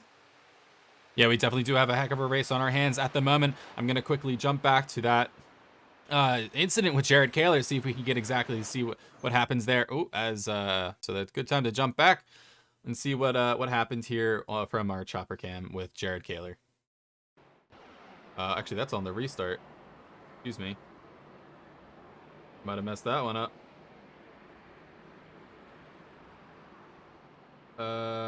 Gosh.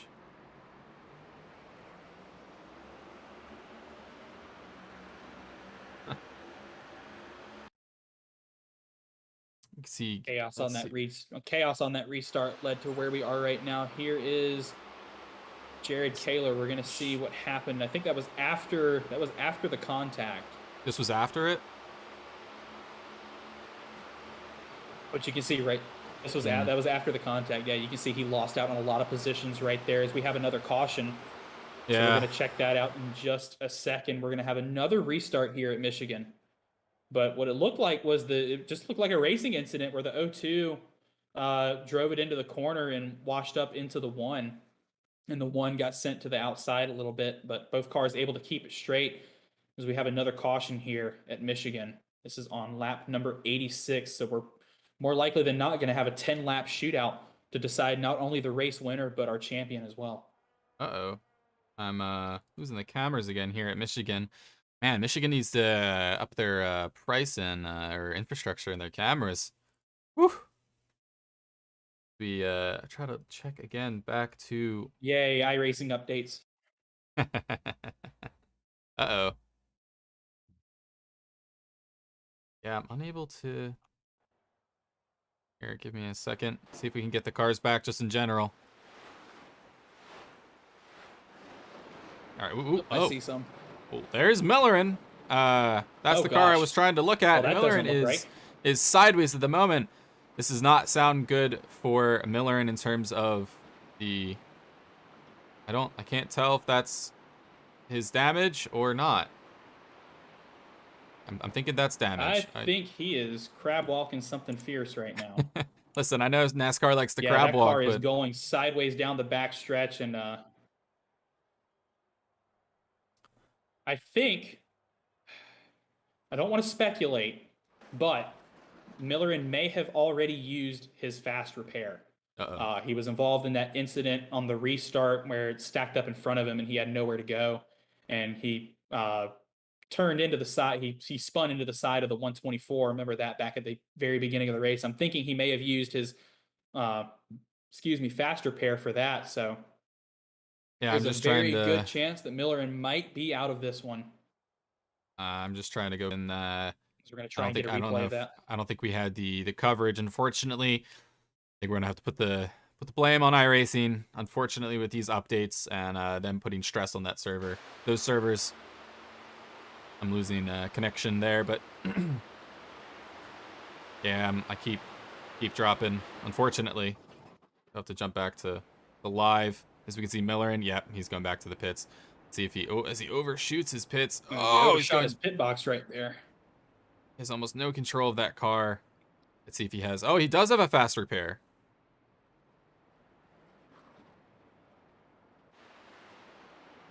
All right, let's take a back look out. So he may not have sustained a bunch of damage on that first incident, which is incredible for him. So that's, yeah, he used his fast repair. That car is driving straight off of pit road now. So he is back in this title fight. This race is not over for him yet.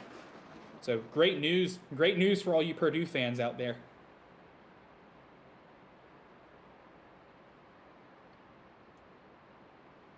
But the reason that you see the car crab walking like that, we call that crab walking because it's moving side to side. With this new suspension model, these next gen cars have very fragile toe links that hold the wheel in place. So as soon as you break one of those toe links, either with its contact with another car, whether you hit the wall, your car's suspension can kind of go out of sync. And that's what causes that sideways motion like that in order to go straight. So thankfully, he was able to make it down pit road. I believe it was an incident with the 747 because race control has just given car 747 Scott Ratliff a strike and an at fault for that incident. Yeah, that's pretty unfortunate for Scott Ratliff there, as Jeremy Millerin is now, I believe, a lap down because of that incident there. So I think that was the deciding championship factor for our alumni championship. I think Matthew Norberg now has run away with that, unless Matthew Norberg, knock on wood, no commentator's curse here, gets in an incident similar to Millerin. But if he's able to keep his nose clean and be able to go again, or keep this, P10, I guess, he's able to be fine. But again, knock on wood, no commentator's curse here. And Millerin has been fast all day, so don't count him out just yet. He can come right through the middle of this field and work his way back up. Just within the 7 positions of Nordberg that he needs to win the championship. But right now we're going to have an 11-lap shootout to decide our race winner and our College Cup Series champion. I see the 02 of DeWale there in the 6th position in that 3rd row.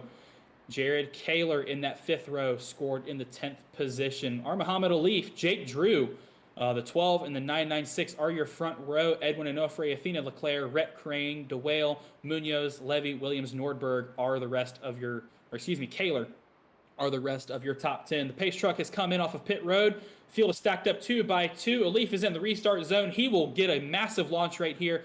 And we are back to green flag here in the championship 200. As they're sending it 3 wide for P2 at the moment between Jake Drew, Edwin Onofre, and Athena Leclerc.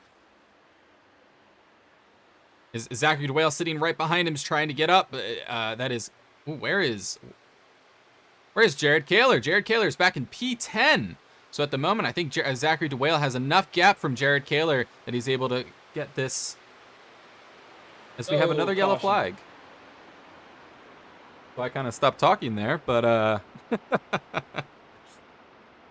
we're going to take a look and see what happened here. This was obviously at the back of the pack, but we're going to re-rack the field yet again, and this will be, I believe, 8 laps to go in this race.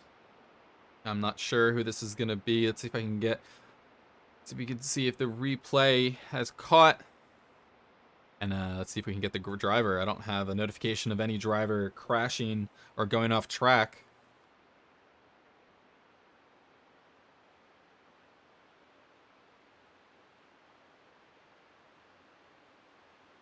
But yeah, right now, Zachary DeWale is sitting in P4 with Jared Kaler down in P10. So that, at the moment, Zachary DeWale has clinched the student championship as well as the overall championship. But we still have, I think at the end of this caution, we will still have 8 laps to go. And 8 laps is a lot on these tires. So I'm sure some people, you know what? We might see some pits here. I don't have, maybe. No, I don't think we will. I think we just had some pit stops last yellow. I don't think people are going to try to pit stop again. Besides, most of these people, actually, I think the lowest number right now in terms of pit stops is 3, who is currently on track and racing. I think that is going to be, Alif is at the 3 pit stops, whereas Jake Drew, Athena Leclerc, all the way up until Rhett Crane all have 4 pit stops underneath them. So car double O at fault. Let's take a look.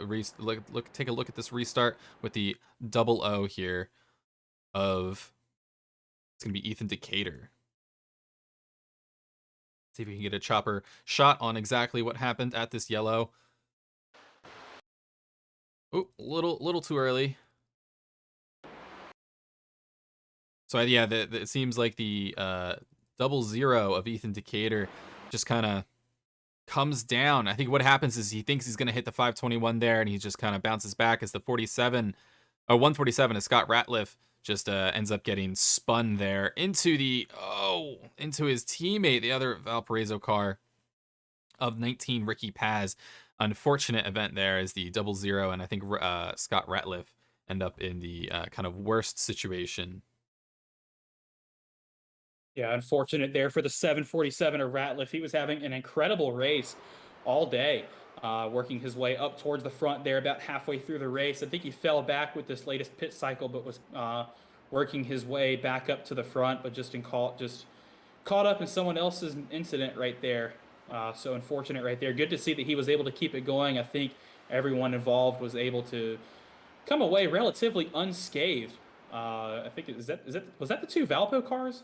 It was Ricky Paz and Ethan Decatur. Just kind of came into each other. Or excuse me, came into Scott Ratliff, and Ricky Paz was just an unfortunate passenger along with that. Yeah, you hate to see teammates getting involved in an incident together. Both of those Valpo cars have done pretty well today. Ricky Paz was able to work his way up to the front. I think Ethan Decatur was sticking his nose up inside that top 10 a couple times as well. So unfortunate to see both of them involved in that. But again, on the bright side, it looks like all 3 of those cars are able to continue. Yep. But here we are. We have the lights out on this pace truck as we're coming to, well, we will be coming to the striped line there. But I mean, we'll have 7 laps to go. Zach, what are your thoughts on this essentially 7-ish lap shootout we're gonna have here? Do you think everyone just pit for tires and the previous caution number 4, and we didn't get very far off of that into the caution number 5? So I think we're gonna have a really good shootout. What are your thoughts? Well, my initial thought is please don't let there be another caution because I really want to see this go green to the end. This is going to be a great race. I'm looking at our championship contenders. Both of them are in the top 10, so I'm really hoping that Kaler and DeWale can get up to the front and really battle it out for the lead. But it would be really nice to see another winner here in the College Cup Series this season. But anything can happen here. Still 14 miles of racing left to go here in the Championship 200. The season is almost over. We have the 2 champions to crown. Pace truck is off, hopefully, for one last time. The field is stacked up 2 by 2. Our Muhammad Alif, Jake Drew, the front control row. Our Muhammad Alif is the control car. He's going to enter the Geico restart zone, hit the gas, and we are back to green here at Michigan. Our Muhammad Alif getting a phenomenal restart off of from Athena Leclerc, Jake Drew, and Zachary DeWale. But Zachary DeWale is fighting right back at Jake Drew, trying to keep that podium position. As Jake Drew is right on the bumper of Athena Leclerc. As Jake Drew might hit the wall as we have a bit of a movement. And we're staying clear. green.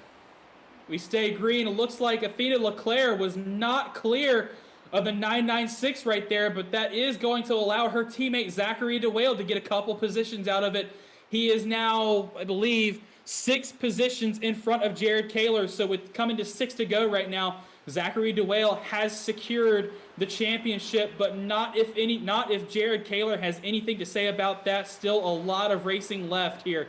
Single file up in front of the field right here, getting a great shot of that St. Clair College car. Dan Banner has got to be jumping up and down in his seat right now. Excited for Zachary DeWale right here, but Andrew Williams going to go to his inside. He's going to try and take that position away. All of these drivers still vying for a win. Alif going for his 2nd win of the season. Jake Drew going for his 1st win of the season. Zach DeWale wins the race and the championship is his. Andrew Williams looking for his 1st win of the season as well. So still a lot on the line as we hit now 5 to go in this race. 10 miles of racing to decide a champion. 10 miles indeed, but Andrew Williams is trying to make a move on Zachary DeWale right here to make a move for that 4th place position as he makes a move on, on Zachary DeWale, as Zachary DeWale is now under threat from that 9 car of Esteban Munoz. Esteban Munoz is also trying to fight a little bit for some points. He wants to get that 3rd place position, but right now Jake Drew is holding on to that, Andrew Williams is holding on to that 3rd place position pretty strongly, but you know, we'll see how this ends. And this is interesting. 4 to go now across the stripe this time. Esteban Munoz is a very good friend of Jared Kaler's. They're practically teammates. They're always practicing together. You could always find them working together in the race. He's probably going to be fighting the O2 very aggressively here to allow his friend back up into the mix. You can see in the middle of your screen right there, almost caught in that 4 wide was Jared Kaler. But behind Munoz is the 61 of Leclerc. Contact right there. The 99 pushing the 6 of Rhett Crane down to the bottom. As now Jared Kaler gets a run on the 14, going to look underneath Connor Levy, and this will put him 3 positions behind DeWale, which will give Kaler the championship if he can complete this pass. Athena Leclerc up in front of him is going to try and defend like a lion. Kaler giving the 14 almost no room at all here. 3 to go at Michigan. Moves underneath the 14, going to try and get to the back bumper of the 61. Can't quite get there, going to wash up. Barely clears himself. The 14 was not clear. The 14 goes in the wall. We have a wreck. Caution. Are we staying green? I think we stay green. Oh! 06. Oh, man. That was almost horrible for the 1 right there, but the 1 leaving it all out on the racetrack right now. He is not losing this championship. If he has anything to say about it, 2 to go here at Michigan. The 61 of Athena Leclerc right in front of him. And then the 9, his friend, Esteban Munoz. And then the man he is trying to hunt down, Zachary DeWale. But DeWale still all over that back bumper of the 23 of Andrew Williams. Great shot right here from our cameraman. Bumping and banging down the back straightaway. The 9 and the 61. The 9 is going to get the position on Athena Leclerc. And now Athena Leclerc to the back bumper of the 9, going to give him a little love tap.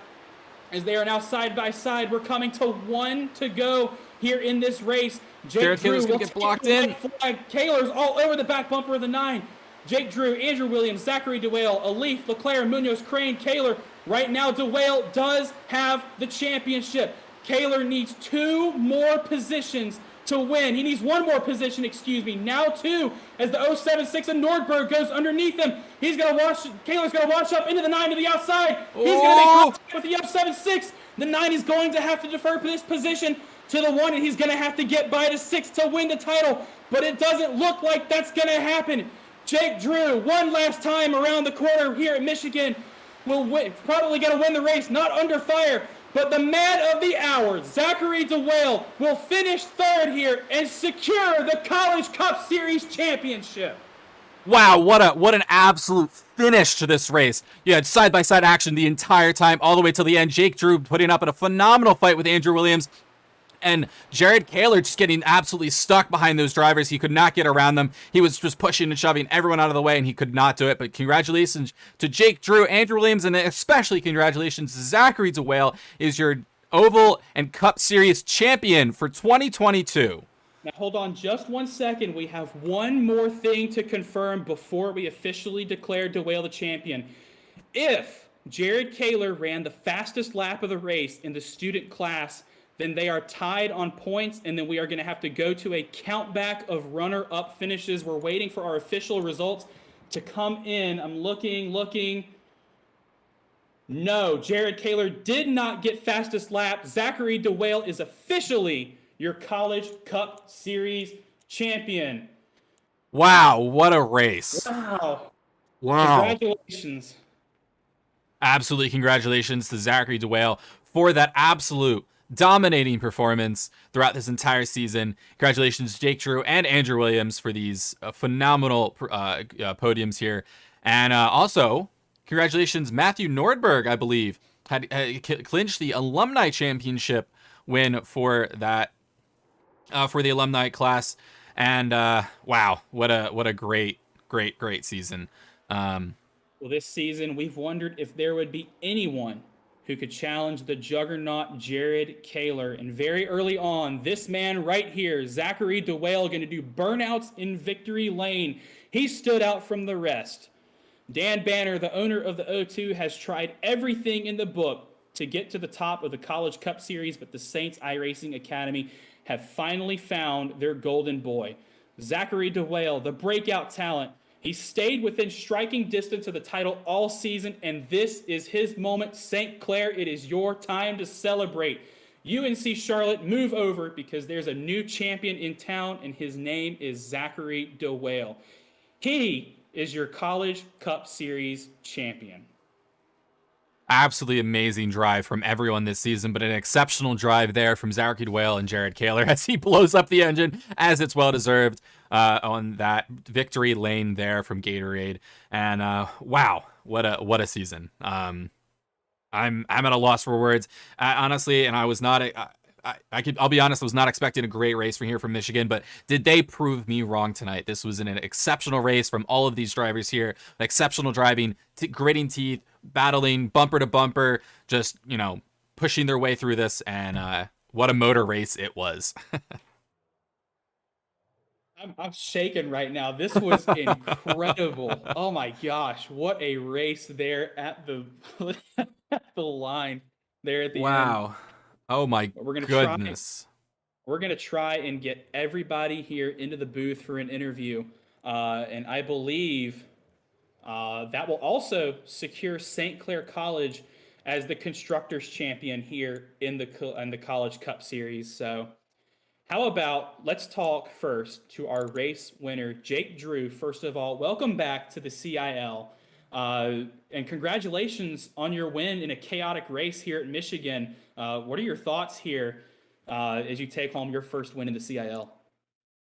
It's pretty cool to finally snag a win here in the CIL series. It was a fun race for sure. Had to battle some adversity, some terrible pit stops on my part, and fixing damage and coming from the back twice. So it was tons of fun and trying to manage the tires and whatnot and race with everybody. So I had a good time. Thanks to all you guys. Yeah, what a race it was. I mean, that was an exceptional race we had here today. I mean, I can't even form it into words with what the the racing and just the absolute tightness of this race. But I think we all have a kind of a question going in our mind, and is just kind of how was the race? How were the tires? Because there was a bit of an update in the setup change, and how did that affect you throughout this race? Well, as far as the update, it's not too much effect on me. I'm pretty new to the oval stuff in iRacing, really. I just been enjoying it the last few weeks, trying to learn as much as I can to translate into real life. So really just learn as I go. Even bought the track today. So, but no, the race was really fun, and the tire wear was pretty tricky for sure. You could definitely tell when some guys were burning their stuff up, and there's also times where you needed to get by a guy and you'd use it up a little and then kind of conserve again. So lot of mind games involved tonight for sure.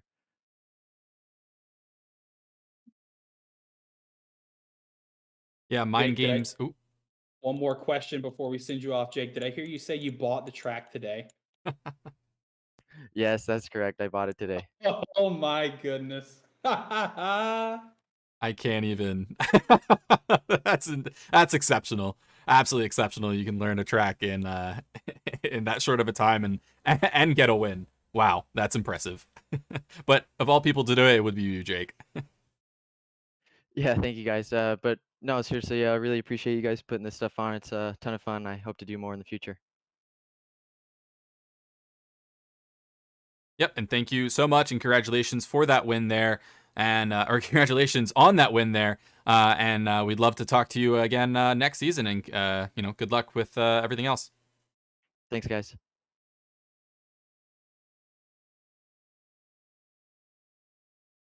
That was Jake Drew, tonight's championship 200 winner. And how about we talk to our runner-up finisher tonight, Andrew Williams. We talked to you earlier in the race. We saw you up front for a considerable portion of that race, and you were able to bring it home second. What's going through your mind right now?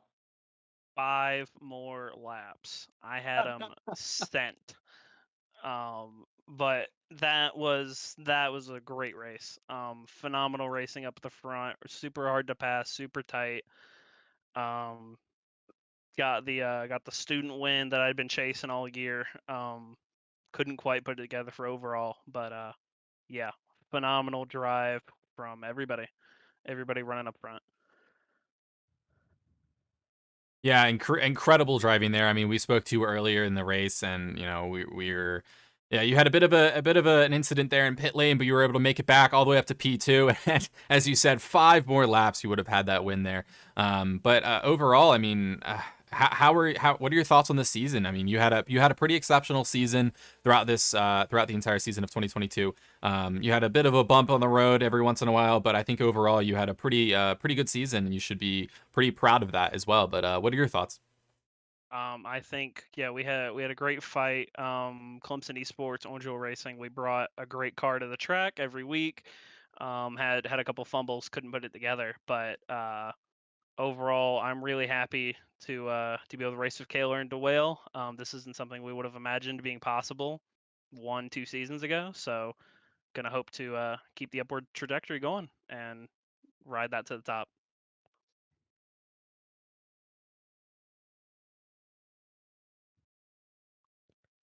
Yeah, and ride to the top. Indeed, you did. That was a great race and a great season there.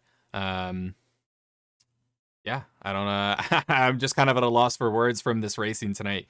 It was an absolute great racing here tonight. But before we kind of send you on your way, do you have anyone to shout out, to give thanks, or anything like that? Yeah, of course. I want to thank Orangeville Racing and Clemson Esports for giving me a great car week in, week out, giving me the support I need to drive up front, and hope we can bring them a trophy next year. Indeed, indeed, and I really do hope you can bring a trophy, and I hope to see you grab your win next season, and I in that longer season, and I hope to be able to talk you to the playoffs and through the championship race there later on in 2023. But on that, congratulations on your second place win here or second place here tonight, and congratulations, and hope to talk to you again. Thank you, thank you. That was Andrew Williams from Clemson University there in P2.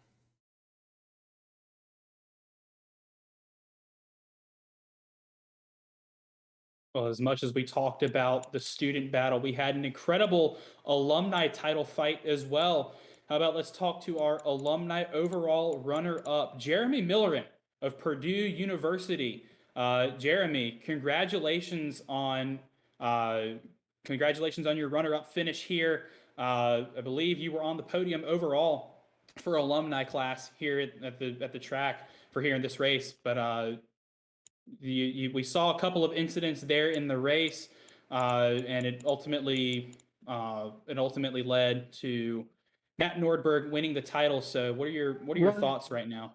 wait, how do you win the title? He only finished 2 alumni spots ahead of me, and I have a 7-point cushion. Oh, Oh, that is a good point. I won the title. oh, That is a very good point. I did yeah. my math wrong. Yeah, he must have, Okay. that crash comes to the line, got me the title there. Okay, well, sorry. Congratulations on the alumni championship for you and Purdue University. I am so sorry. I apologize. I was looking at overall finishing positions, not class finishing positions. You're all Uh, good. so, congratulations. What are your thoughts right now? It feels good. I'm glad I got lucky at terrible racing today, but thankfully I got something up for the cushion beforehand. And at one point I was looking at my scoreboard. It was like he was right about there to where it was gonna be either neck and neck or he might have just barely got it. I think the last incident he got into, I just got so lucky. I'm just thankful I was able to come away with it after all that.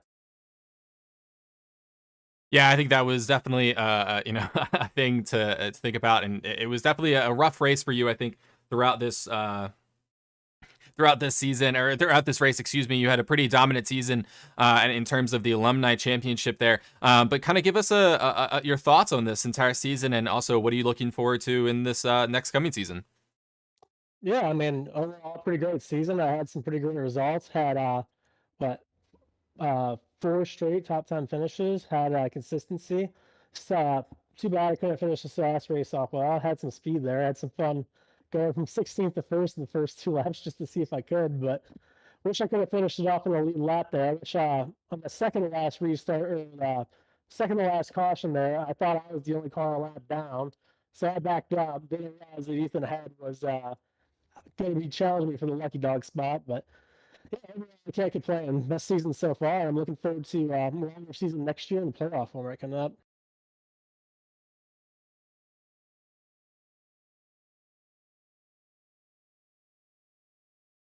Yeah, indeed, indeed. That the end of the season, I think the next season's going to be a great season. We have that 14 race season along with the playoffs and the championship, and I think that'll be a really nice way to change up this season and do everything differently. So I'll be excited to see you next season, as well as congratulations again on your final or your win here on the alumni championship. So you're the winner of the alumni. But do you have anyone to thank or give thanks to for this this championship title? Yeah, just thanks to as always my dad and my stepbrother for watching this, and thanks to Andrew, teammate Andrew Call for being there, going through stuff, practicing stuff with me, and yeah, um, speak well, I think there. Like, All right. Well, again, congratulations, and for the church championship title. And again, we hope to see you next time. And it's been a joy watching your race. thank you guys. Have a great night. You too. You too. That was Jeremy Millerin, who I apologize. He is your fall 2022 College Cup Series alumni champion, and Purdue University will win the constructors title as well on the alumni side. So congratulations to him for putting together a dominant performance here in the second half of the season to take that title. But now we're going to talk to Matthew Nordberg from NC State, the guy that Jeremy Millerin was fighting for that title. And Matt, unfortunately, you came up on the short end of the stick there, but you still had a heck of a season to put together over these last few races. So congratulations on your runner-up finish in the Alumni Championship. What's going through your mind right now? I mean, obviously, I would have loved to win it. I think I had it won coming out of turn 4, but um, all I'm going to say is that there was a wreck that happened that I don't think was my fault. And I think we'll see what happens with that. But coming out of turn 4 where I was, uh, I consider myself, up there. I think I did what I could tonight. Nothing else I could have done. So I'm not gonna, bang on myself too hard for anything that I did this season. Yeah, I think there was quite a few unfortunate, yellows in here, and as we know, yellows breed yellows, or cautions breed cautions there. But I've been kind of asking this to all of our people coming into the interviews, our interviewees. But what are your thoughts on this season? How did the season go for you? You are the runner up for the alumni championship here. But yeah, how did the season go for you? And I guess what are you looking forward to this next season? A lot of bad luck in the middle of the season. I think Phoenix, I shot myself in the foot. I think I got into wrecks at Darlington that weren't my fault, wrecks at Dover that weren't my fault, that really put me on the back foot. And you know, I can't be mad at myself because those were things that I think I wouldn't do anything differently. I didn't do anything wrong in those scenarios, really. Just unlucky breaks, and I know that I have the speed to compete with the top guys night in and night out around here. And no matter how the points fall, I know that in myself, I'm confident in racing it up top and hopefully next season fighting for a championship.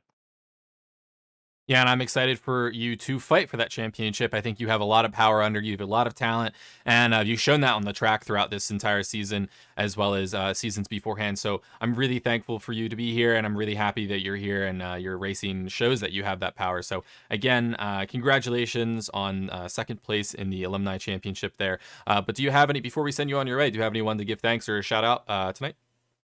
Now, I just want to thank you guys for putting on a good show for us. It's always fun coming out and racing.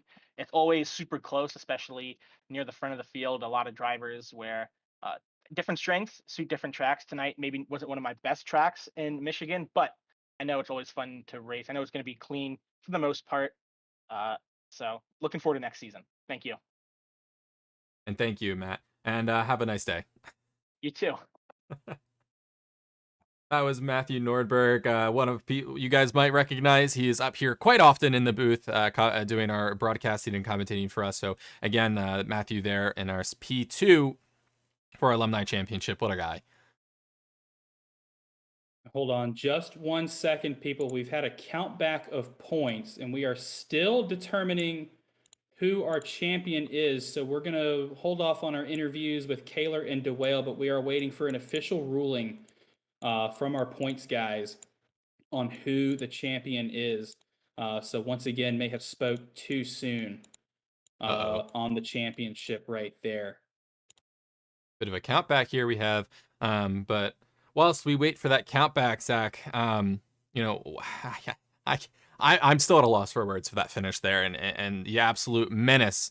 And I wouldn't even say menace, just the absolute just cojones that Jared Kaler had pushing his way through those positions. I mean, he was not letting anyone stop him. He was going through and rubbing his racing. That's exactly what Jared Kaler was thinking right at the end. Yeah, absolutely. He was throwing everything, including the kitchen sink, at every driver up in front of him, and so was everybody in that top 10 pack. This was just an incredible race from start to finish. And I think Drew Williams mentioned that it was extremely hard to pass here. It looked like it was relatively easy to pass, but just hard to make it stick due to this package that these cars are running with those tiny spoilers and the medium horsepower. It makes it very easy to make a move on somebody, but you're going to get alongside them, but you're not going to pass them. We saw that so much tonight, where we saw two wide battles for 3, 4, 5 laps in a row until somebody made a mistake and got out in front, or got into dirty air, or got loose, or something came in and kind of set them off a little bit. But this was a great race. I think the drivers all had a ton of fun out there. We are still waiting on that points tally to come in from our points guys. So I promise we will get that to you as soon as possible. But Christian, while we're here, let's go ahead and get a little further in depth into our changes that we're going to have for next season. We mentioned the 14-week schedule. We mentioned the playoff system, but there's a couple of other things that are coming in as well, I believe. Yeah, like I said, we have that 14 race season which is going to be phenomenal. But we are dropping the Prospect Series. I know that is one of our things that we are dropping. We are dropping the Prospect Series for these next coming season. So it is just going to be that 14-week season, which gives it gives us the ability to run that 14-week season because we're able to hold Mondays just for the Cup Series alone, and then we have our Tuesdays and our Wednesdays for our FC and our short track series. But other than that, Zach, I'm not sure of any changes in the Cup Series. Maybe you're hiding something from me. No, that was it. Oh, The okay, all right. the prospect series is gone. The Premier Series will go as well. It is just the College Cup Series from now on. So well, this will be a lot of fun. But yeah, longer season, playoffs. The drivers will be awarded champion playoff points as well for performance in the race. I'm trying to think of anything else that's new. I think that is it. But yeah, a lot to look forward to in next season in the College Cup Series. And again, we are still waiting on the final call from our points guys. Yeah, it's definitely pretty close, and we just gonna go through one more time. I think they're gonna go check. There might have been some type of protest for some type of point or a position or anything, maybe an incident somewhere along. So our points team or an administration is running through those points one last time, really quick, as fast as they can, to be able to bring you out our championship and our second place winner here tonight for our overall and student championship, because they're fighting for both. Jared Kaler and Zachary Whale are fighting for both of these. And I think it right now it's something to do with the drop week. Each one of our drivers gets one drop week that they can use. So the lowest score that we have, or the lowest scoring race from each driver's record will be dropped. And I think that's the controversy that we're seeing right now. That this was Kaler's drop week, since this was his worst finish of the season, mind you, in 10th position. So there's some math to do right here. All right, I know we have Andrew Williams, one of the administration CiL here. He's going to kind of explain the point situation and talk about what's going on right now. Andrew? All right. So Andrew? what we've got here is the fact that the two championship contending drivers did much worse than their regular season finish. Lots of the math going into the race assumed that DeWale needed to beat Kaler by 3 positions. DeWale, against all odds, has taken down Kaler and beat him by 4 positions. Unfortunately, Kaler finished so poorly relative to his average finish. This is his drop week. This is his spring break. You know, he phoned it in, and given that he has a average finish of second place for the rest of the season, phenomenal drive from him across the board. I've got to say, by all math we're doing, Kaler wins it by 2. We're seeing Okay, 220 for Jared Kaler, 218 for Zachary DeWale for the season 6 student championship. and there you have it, folks. Unfortunately, I was incorrect in my call right there. Jared Kaler will retain his title for an additional season. Some funky math there with the drop week, with the drop weeks factored in. My sincerest apologies. I've gotten both championships wrong. I'm probably going to be fired after this. It's Christian's call. Oh But boy. yes, I believe Jared Kaler will retain his title. Your number one car stays number one this season. Another year of dominant performance from him. He is your student champion. So how about let's go ahead and talk to him here. Jared Kaler, we had to go through a count back to make sure we got this right because it was so close. But congratulations on yet another student championship here in the College Cup Series. What's going through your mind right now, waiting for all of that to settle out? I mean, I don't know. I mean, I thought I lost it, and I was just like, oh man, we lost it, and then they're doing the points, and it's like, well, hold on, maybe by 2 or 3 or whatever it was, and then he's like, all right, yeah, I think Kaler still got it by 2 or 3, and I was like, oh wow, like I'm just I'm in shock right now. I mean, it was I'm in shock. Well, congratulations on Another dominant run. I said Zachary DeWale and that whole St. Clair organization, they were throwing the kitchen sink at you all season. They really gave you the corporation that whole time, but you were still able to come out on top. What do you think is the key to your success here in the College Cup Series? Because this is your third consecutive title. Yeah, I mean, I think at least this season, I always try to keep that drop race in my back pocket. I know, if you crash early on or you make a mistake early on, you kind of use up that drop race. It removes that play you kind of have in your back pocket in case something goes wrong, which I think it kind of did today. It didn't feel like I was too fast, and I didn't feel like I had the pace to make moves and whatever. So I was like, all right, I have the drop race in my back pocket, so it kind of takes some stress off your shoulders, especially when you start getting down towards the end of the season. And then besides that, it's just being consistent. Trying to finish. Maybe not trying to win, but finishing second or third every single race. And I think that was probably one of the deciding factors this season. Yeah, and a deciding factor it was. It definitely comes down to the last itty bitty points there, and that's what kind of makes it exciting. You have these last little bit of points. You never really know where it's going to go, how it's going to happen, and it just makes it for an exciting season, as well as just a phenomenal end of the race. That here tonight, you were making absolute strides towards the end of the race, really just rubbing his race, and I feel like was your philosophy right there at the end. But in terms of the rest of the season, kind of what are your thoughts, as well as what are you looking forward to into the next season? You're possible, you're fighting for that fourth possible championship. You've already got your turkey of championships per se. You're going for your fourth. So what's going through your mind in terms of that? Yeah, I mean, Zach did a great job this season, and Andrew did as well. I mean, they really brought the competition this year and or this season, and going to next season, I'm excited to see not only them but the rest of the field elevate their skills, and then make the competition even tougher. That we might get some new people, and I think every season is just a different set of challenges because everyone gets better as time goes on. So Zach did a great job this season. It was a lot of fun, and he really made me he made me work for it, and it was a lot of fun battling him all season. Yeah, and it was actually phenomenal season to watch. You guys racing together, racing against each other, and it was a great season to watch. And we're thankful and we're grateful that you guys are able to do this. And we're thankful that you're here and racing. But other than that, do you first of all, congratulations on your finish and your championship again. But do you have anyone to thank or give shout out for that kind of thing in this race? I gotta thank Niner Esports for starting up the iRacing club there. So that's pretty cool to be a part of that, and you guys for putting it on, putting on the broadcast, putting on the session, and organizing everything. And got to give a shout out to Zach for racing me hard and clean all season.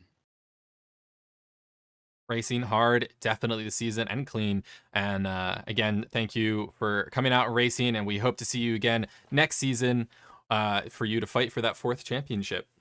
Thank you guys. Have a good off season or break too, or man. whatever.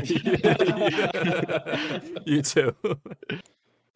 And that was Jared Kaler, your championship winner for the CiL Cup Championship. I think we're going to hear from Zachary DeWale, our runner-up, quite shortly. Yep, Zachary DeWale. You had it right there at the end. First of all, congratulations on yet another podium finish here in the College Cup Series. Another cap, the cap to an incredible season, incredible Rookie of the Season that will net you the Rookie of the Year award. So congratulations for that. But unfortunately, losing out on the championship by 2 points when the dust all settled. So what are your thoughts on this being your rookie season and really sticking it to the juggernaut Jared Kaler in your first season out here in the CIL?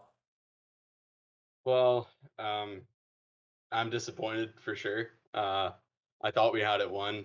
I thought I by the math that we were given with the points before going in, without thinking about drop week, I had to beat him by 4, and I beat him by 4, and then with the drop week, it just didn't work out.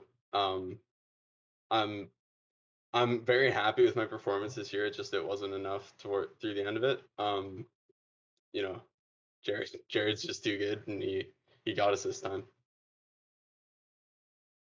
Yeah, that was definitely unfortunate with that whole drop week situation. I mean, you did exactly what you were told to do. You were told to beat him by 3. You beat him by 4 just for a little bit of protection there. But that drop week ended up just coming at back and giving Jared the win. But you still able to clinch second. You had a phenomenal season, absolutely just wrecking ball of a season in terms of just put it. Your first season, your rookie.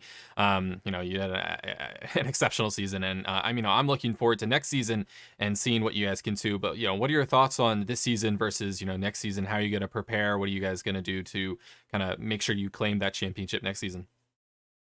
I'm gonna be putting in more hours on the sim than I probably ever have before. I'm gonna be driving this next gen car a whole lot. Uh, just practicing like crazy for next year because it's really all I can do is just try and just get as much prep as I can. I'm hungry now. I know I can. I know I have the pace to be up there and fight for it. Just gotta just gotta go and do it next year. Yeah, you definitely Zach, do have that hunger and that pace for that there. Yeah, Zach, it's one more. Oops, sorry. Go ahead. no, you're good. You're good. Go. Zach Zach, one squared. more one more question before we send you off for the off season. Jared Kaler just came on and did his interview. He said that he respected you as a competitor, and he considered himself very fortunate to have battled there very cleanly with you all season. This is one of the best title fights that we've had in the collegiate iRacing league.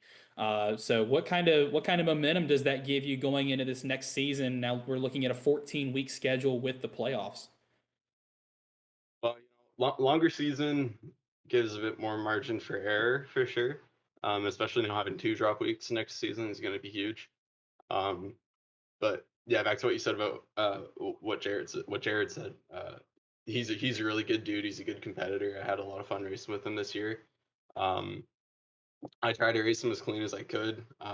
We did have like little contacts here and there today, especially just because it's such an intense race and emotions are running high. But um, yeah, it's he's a really good competitor. Next season's going to be really good. Just having more races and uh, more time to prepare than I did for this year. Well, Zach, congratulations on a great way to cap off your rookie season. Once again, the rookie of the year here from St. Clair College, Zachary DeWale. He will finish runner up in the College Cup Series Student Championship, and he secured one last podium position here in his final race, in the final race of this season. Before we let you go, is there anybody that you'd like to shout out? Yeah, for sure. The usuals I've been shouting out all season, I guess. Emily, Jordan, Riley, and Emily's dad. They watched just about every race this year, and it was really nice to have their support. And yeah, we gave it our all this year. We're hungry for next season, so we'll see how it goes. Congratulations again, man. We can't wait to see you back out on track next season. Enjoy your off season. Thank you, man. Appreciate it. Oh, and I do believe that is the end of our interviews here tonight. Um, wow. All I can say is wow. Just what an Wow. exceptional season, and I do believe St. Clair has clinched the almost said constructors the school college championship. So they have won that title, which is a huge win for them as a team. To finish out their season.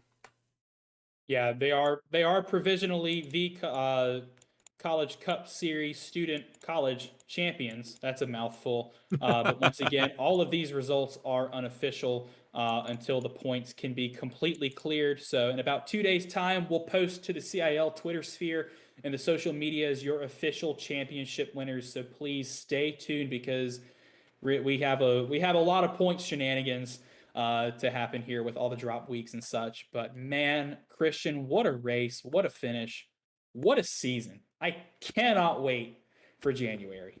Man, this 14-week season is going to be absolutely exceptional, and I'm super excited to see this and watch this, and hopefully be able to broadcast quite a bit of it as well. Yeah, it's gonna be a great season. I think there's gonna be more drivers. There's gonna be more just passion in this racing, and we're gonna see more and more racing. I think of what we saw tonight, just absolute, just pure, just motorsport racing. I can't even put it any other way. Just rubbing his racing, and they're gonna put up their best forward even more. They're gonna put the practice in. They're gonna put that time in, and I think it's really gonna show for next season. Yeah, and speaking of next season, we're already looking forward to next season. The CIL Spring 2023 season will get underway January 23rd with the drum roll please, the Daytona 250 at Daytona International Speedway. So January 23rd on Monday night at 9 p.m. Be sure to tune in to twitch.tv/collegiate iRacing League or our YouTube channel to check out more College Cup Series action as we kick off our best, longest, most exciting season yet. But this has been an amazing season, and I'm very sad that it's over because now it's time for the off season. So when I get off of this broadcast, I'm just gonna go crawl in my hole, and you'll see me again at the end of January. Um, but yeah, this season has been amazing. What a title fight! Congratulations again to Jared Kaler and Jeremy Millerin on their College Cup Series student and alumni championships, and congratulations to everybody who competed this season, especially our other title contenders, Matthew Nordberg, Andrew Williams, and Zachary DeWale, St. Clair College, Clemson University, UNC Charlotte, Purdue University, NC State. I think I got everybody. They put on a heck of a show for all of us here. And I think on that note, in the words of Jeremy Clarkson, it's time for us to end this season. Thank you all so much for tuning in and staying with us through this season. Sadly, no action next week because we're done for the season. But like I said, be sure to tune in on January 23rd for the start of the College Cup Series for our Daytona 250. And I believe that will do it for us up here in the booth and from the Collegiate iRacing League. So on behalf of all of our administrators, from myself, Zach Lindler, producer, co-commentator, Christian Hill, we want to thank you for tuning in to tonight's Championship 200, and we hope you all have a very nice offseason, and we'll see you next year.